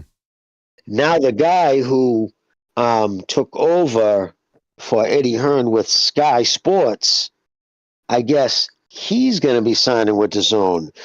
So if you kind of do the math, right, that left. Oh, also you got Golden Boy, who's with who? DAZN. That's right. So now those are your four biggest. The only odd man out was Top Rank. I don't count the PBC. I think they're dead men walking. Right? You know what I mean? I don't think DAZN wants anything to do with them. Sound like a That's hater. just my opinion. I am a hater. when it comes to the PBC. I'll never deny it. It's not a hate. It's about the fighters. It's about Al Heyman. I don't like Al Heyman. Never have, and never hid my opinion on that. But yeah. So before I even was told that, when I just looked at the landscape, when everybody, Golden Boy, Matchroom, Frank Warren, his outfit, and that young guy, I don't remember his name. I can't remember his name for the life of me. But he has a bunch of fighters who fights under Sky. Christ, whatever his name is. Anyways, he's reportedly signing with DAZN. So it would only make sense. Now everybody's going to be under the same umbrella. Now that helps the sport. That's what we need to see. That eliminates this stupid tribal network bullshit. You know what I mean? If they're all under the DAZN umbrella, then that should now negate any of the wrong side of the street. That still will be a PBC thing, but who do they really have left? You know what I mean? Mm-hmm. Besides, that John Monte Davis, who, he's retiring at 30 and will be sentenced 7 to 10 by the time he's 32. And I believe that. And that's half joking. Because I think no matter how much money he retires with, he's going to go right into that lifestyle because that's what he's obsessed with. And, but yeah, they don't really have anybody left over there. Well, that and Benavidez. So I think it's a good thing. I think ESPN never showed Top Rank any respect. I think we saw that time and time again when they would make Top Rank wait hour and a half because they were at a baseball game on or fucking cricket or whatever the fuck they were showing at the time. And so, yeah, no, that's, I mean, my problem is I'm not a fan of DAZN because I don't like the games they play with the money. But at the same token, hopefully, with everybody under the same umbrella, they listen. Here's the key thing: pay-per-view is killing the sport, and by what I mean by that is all these guys are calling to the show. Of course, everybody calls into the show is going to buy pay-per-views or do whatever they have to do to see the fights because you're already a fan. But in order to make the sport grow, you have to have access. People who aren't gonna drop $90, $80 on a fight have to have access. The zone has to start putting on more fights free, so the sport's gonna die. It's literally gonna die to the point where it becomes, it'll still be there, but it'll be nothing like it used to be. Because you can't hide everything behind a paywall. You just can't.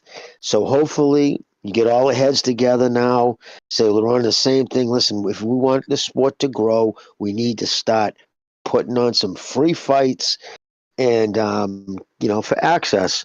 So it's actually a good thing. I personally think it's a good thing. Again, even though I'm not a fan of the zone, but everybody under the same umbrella eliminates the tribalistic network deal thing, which literally was the driving force behind driving the sport into the ground in the United States.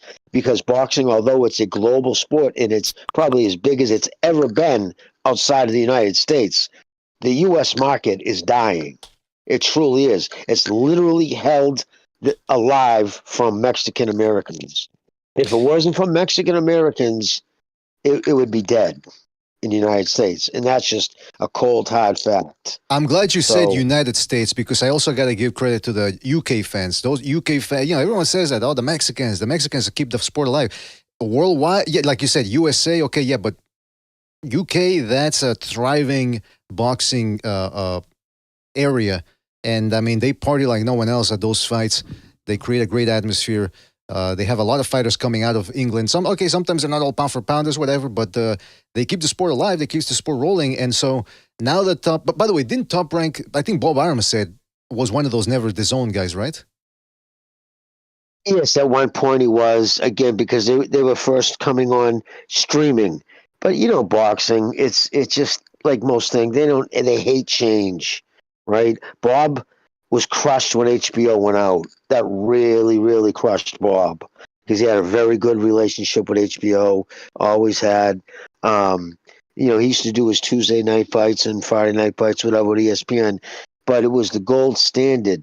And that was, you could see the downfall. Look, you go back to it, you see the downfall of American boxing. And, they're talking about taking it out of the Olympics. So, yes, worldwide, the sport is healthy. You got fighters coming out of the Ukraine still. You got guys coming out of Uzbekistan, fucking Kyrgyzstan, all the stands, right? Japan. Right? Japan. People can't even begin. So when I hear guys like Timothy Bradley and his ilk talking about Inoue in order to become a household name has to fight, it's just U.S. hubris. It's like, dude, what the fuck are you talking about? Why would you even think he cares if he's a household name in a country that treats his people like dirt? And we both, it's a fact. He knows. He sees the news. He's on Twitter. He sees what happens. He sees how Asians are treated.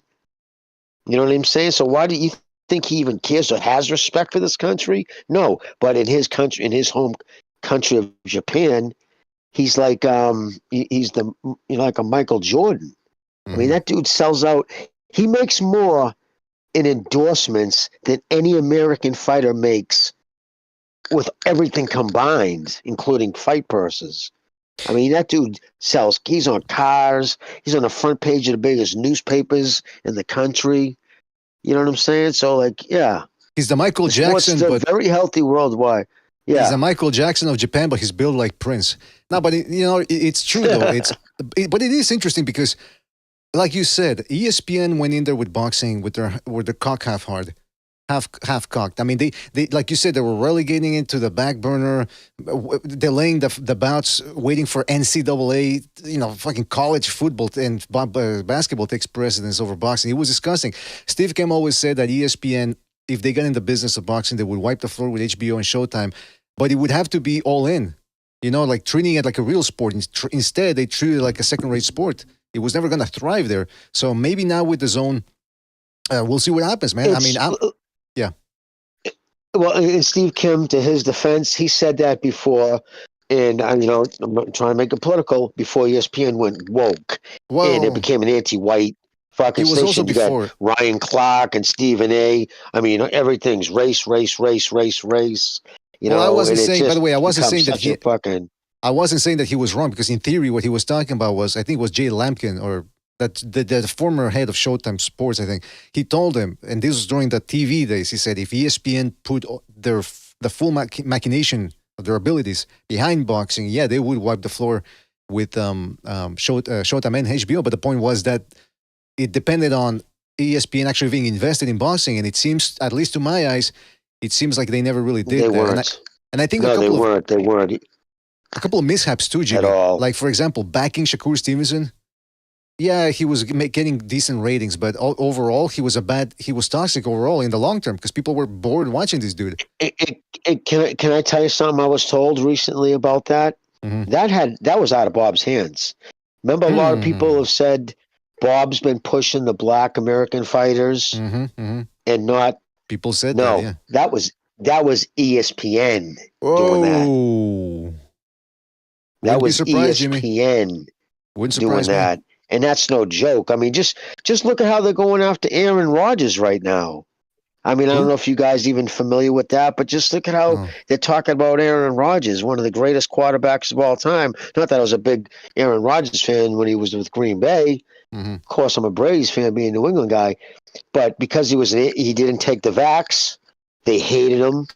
They bashed him, and they never got over it. And I mean, just this past week, Ryan Clark, this guy who racializes everything, like pretty much every other fucking, person they have over there.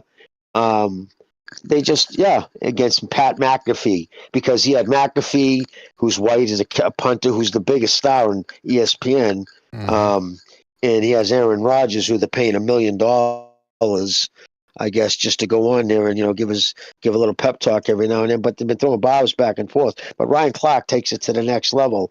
I didn't know I had to check who Ryan Clark was. He was a Pittsburgh Steeler safety.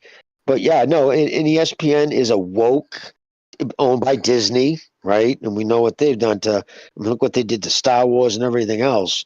They destroyed every goddamn thing. And so I was told that was ESPN pushing black fighters, because I sat back and I'm like, you got Pavarotti. This kid's fighting everybody. Fuck it, he's exciting. And it's like, why are they pushing Stevenson? This kid's fucking as born as all outdoors. You know what I mean? And yet that's the one they're fucking. No, that was ESPN.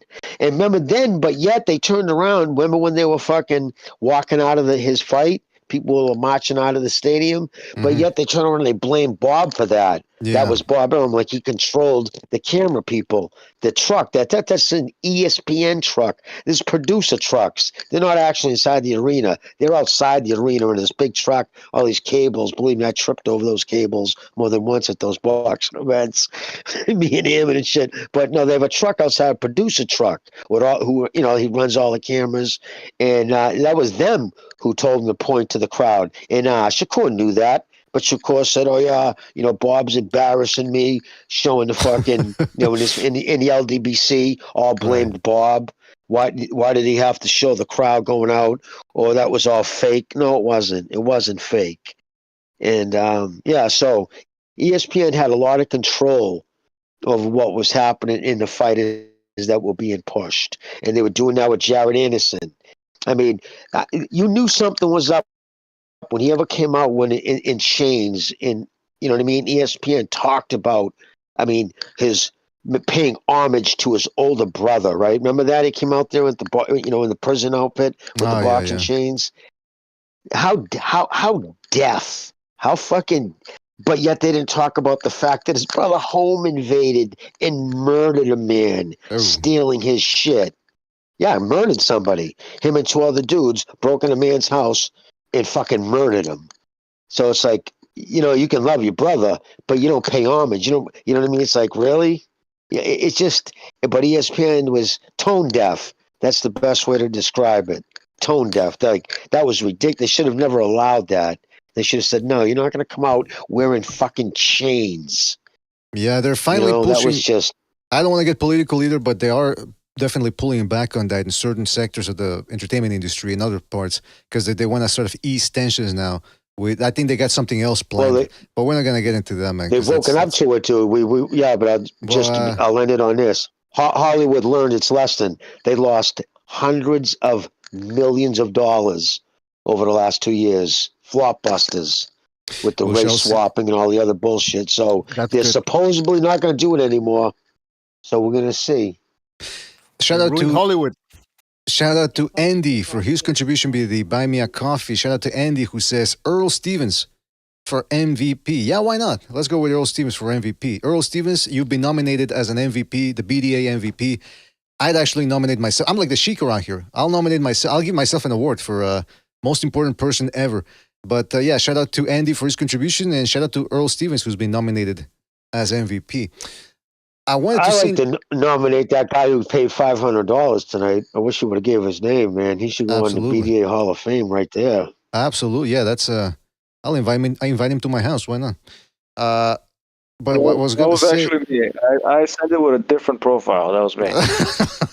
Shout out to Gypsy. No, Gypsy. I'd much rather you give me the name of that neighborhood where you saw all that gruesome Aztec art paint. It's let me see. Was it 18th Street by Sepulveda? All right, now you're making shit up. Yeah, I know. All right, now, Thunderdome in the chat says Anon hit a. Thunderdome in the chat says Anon hit a parlay. I think so. I think that's probably what it was. Somebody was feeling generous after getting a big windfall, and they say, you know what? Let me help out the Thunderdome's in the chat. Yeah, that's right. Hey, just want to say shout out to Thunderdome. Shout out to Thunderdome. The other thing I wanted to say real quick, man, before we leave, because we're talking about, so I'm excited, man, about the PBC the PBC.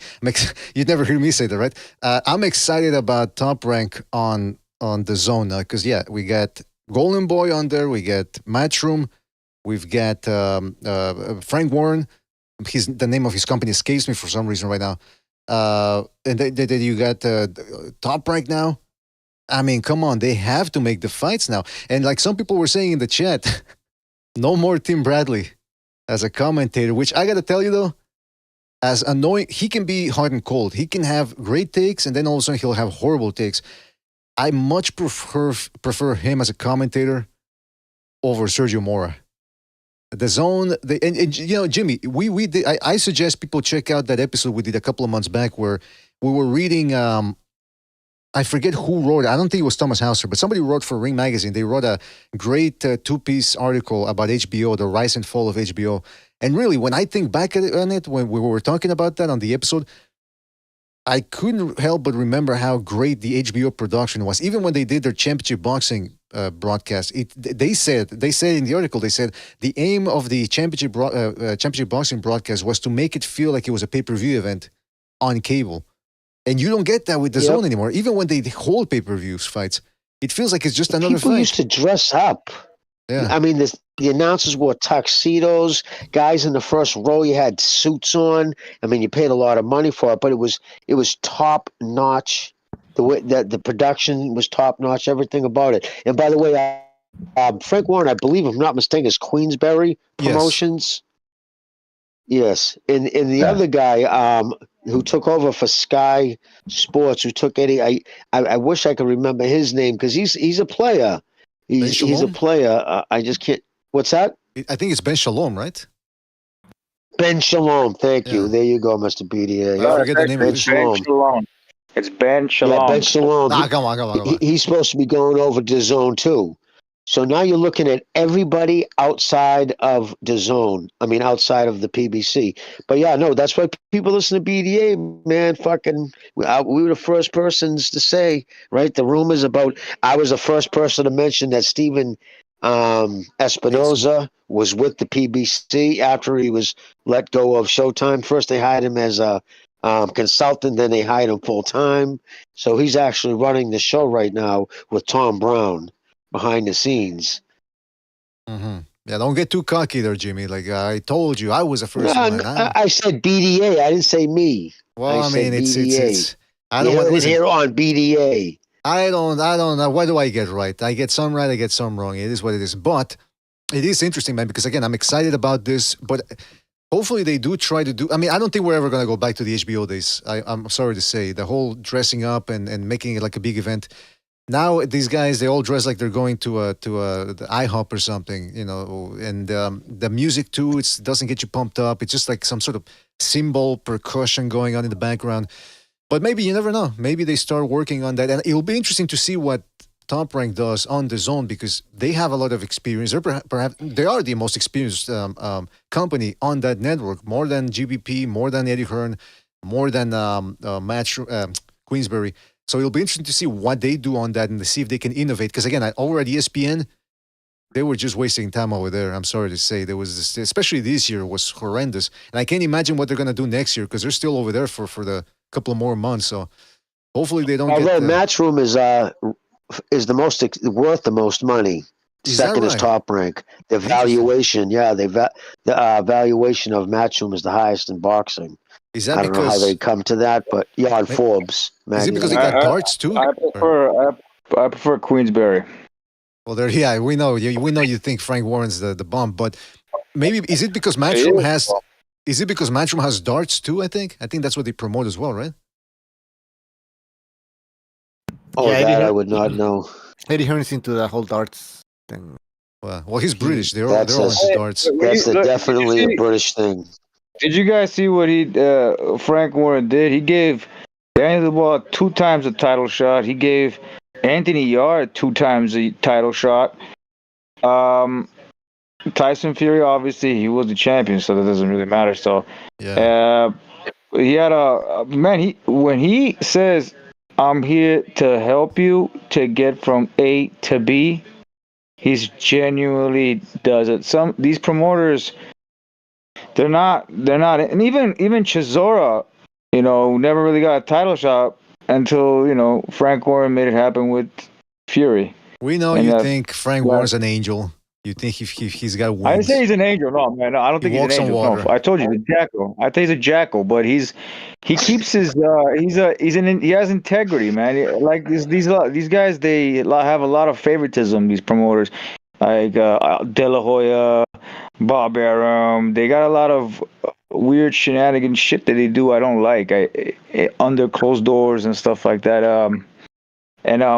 Well, what's the other one? Matchroom. There's another one. He has, how he was licking the ball sacks of AJ, Eddie Hearn, for the longest time. Frank Warren is the best guy. Yeah, well, he was pulling in 110,000 people in Wembley Stadium. I never said it was that, bro. You can still use him and then put him up. You can understand why, but I'll tell you what he did regret. Think about this. It was right after they signed him to an exclusive contract for the rest of his career, and I think it was $55 million check that they cut him, and that's when he went on his losing streak. So that didn't work out too well for him. Yeah. Oh, and Ben Shalom is boxer. It just came to me. Boxer with 2 X's. Boxer. There boxer you go. Promotions. I can't believe I don't know. But this Discord keeps dropping my ass. I don't know what the hell's going on. It's not me, man. I did have you. NATO. I did have you on mute accidentally earlier when you and Gypsy were going. I don't want to hear excuses, BDA. I'm not giving you. I'm explaining what happened. But to kick you out. No. But listen, we gotta go. Well, there's no boxing. Well, no, there is boxing. I invite everybody to watch that Ioka Martinez rematch because the winner of that one could potentially be set up for a fight against Bam Rodriguez. So make sure to watch that one. I'm picking Pumita by decision again, maybe even stoppage, because I think Yoka's a little bit past it. But you never know. Yoka does well in rematches. Well, at least in one rematch that I know of. So we'll see what happens with him. You know what's funny? You know what's funny, Mr. BDA? I just was doing a little YouTube cruise in there for a second. Cruising. Weird. The LDBC said there was no boxing this weekend. Oh my goodness! Yeah, no, I agree. I can imagine. Jimmy, what were we saying too during the fight? Seeing those two white Christians fighting for the heavyweight titles, the LDBC's versus Nightmare. Yeah, that was. I believe it. They just mentally disassociated and acted like the fight's not happening. They don't exist. Yeah, I think that they're more busy talking about that Kendrick Lamar versus what's his name again, Andrew Schultz beef. But listen, one thing I also wanted to do is before the end of the year, and what a year it was. Shout out to everybody in the chat, but we're not done yet for the year. This week I want to do, or maybe on New Year's week, because we still got 2 weeks to go, almost 2 weeks. Yeah, we have to do the annual boxing report cards where we grade fighters, the top fighters, on how they did this year. And remember, there's 3 ratings. There's fail, pass, honor roll. And sometimes we'll go, okay, this guy we give him like a low pass, for example, or we, and that's the thing. So that's what we're going to be doing.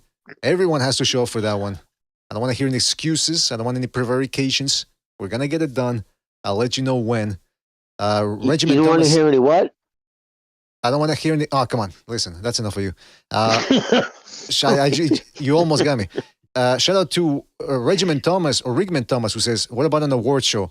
Check out the Patreon, because I want to make an announcement. This year, we're going to be a little late with the, this year, we're going to be late with the, not late, but with the boxing's most shocking moments of all time, because it's a little bit more complicated to do them now because we can't use top rank footage. They're very adroit about not using their footage. It's a big mess. They should really focus on their...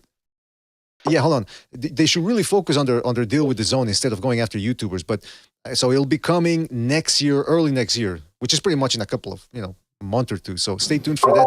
But I will be doing a year review free on Patreon, and I'm gonna try to spice it up, with some editing and all that. So it's gonna be a more radio type version of the year-end review. So maybe we'll do some sort of award show there with the whole gang, with the panel. So stay tuned for that. Olaf is jumping in here. What's up, Olaf? No, man, just I'm grateful that you guys had me on your show and all, man. I mean, even to Jimmy, I'm sorry that I was disrespectful you like that earlier, man.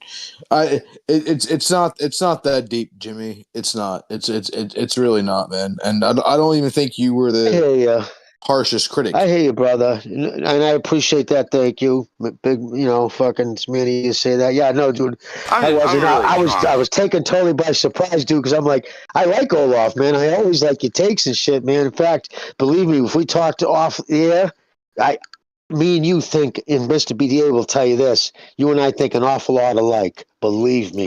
Yeah, believe me. Hold up. Don't fall for that. Jimmy's a dickhead, just like everyone else over here. Come on. But fall for that fucking shit, bro. He's stuffing you up for the nice slaughter, bro. Don't fucking do that shit. Listen, man. I'll be honest with you, man. I think Usyk is the best fighter of this generation. There's no doubt about it. I don't want to hear anybody say Crawford or fucking come on. No, they're absolutely not. Oleksandr Usyk is really something absolutely fucking special. Like this isn't a fighter that you would see in any other generation. Like this is a really gifted, talented fighter that we should appreciate right now.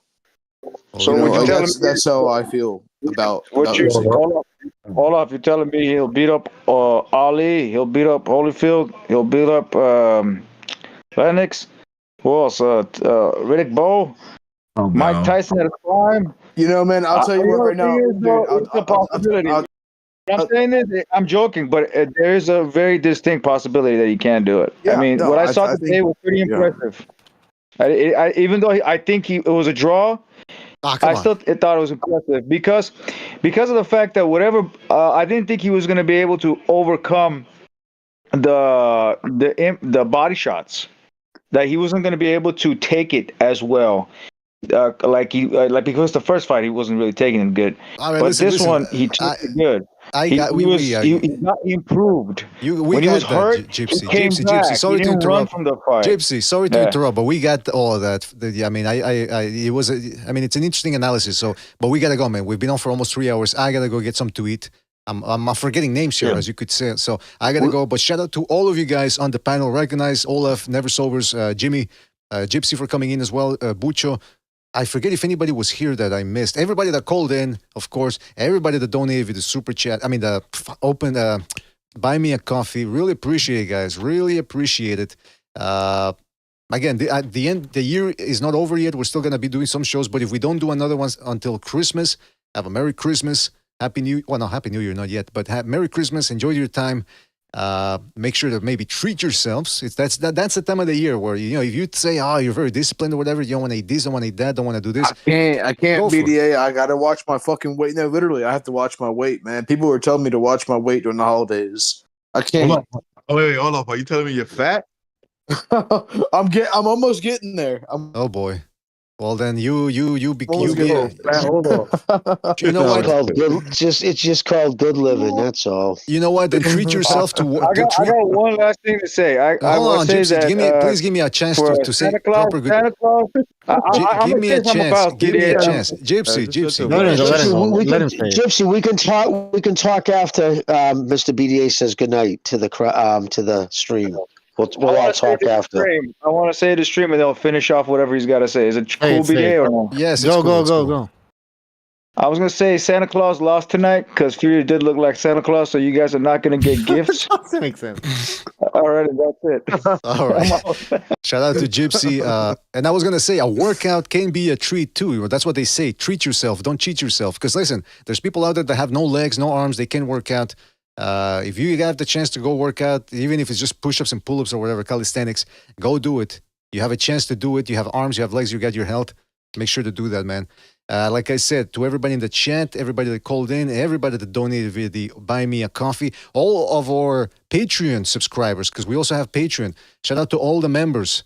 The list is right there. I can't go through all of them, but Earl Stevens, Double L, Elian, Bernard, Lalo Soto 13, Jacques Cousteau. I think there's even some missing because I think I saw that there were like 3 or 4 or 5 people that ended up joining as well. Patreon, it's free. We're putting free content there. I'm gonna be dropping a stylish Navarrete video denoting and delineating how his defense really is underrated. Might not be technically aesthetically pleasing, but it's there.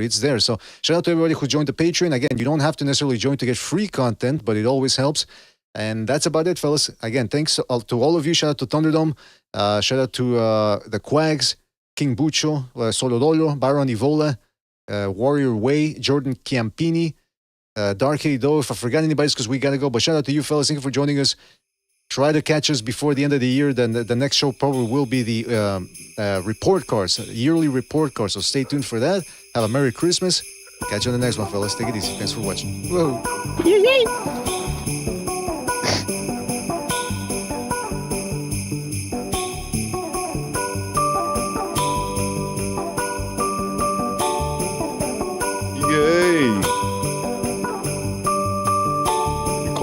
Yay!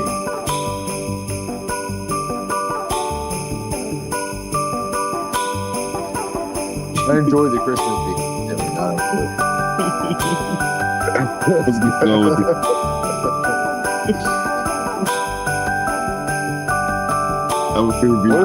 ridiculous tone? It's funny, our reaction right now. Is it like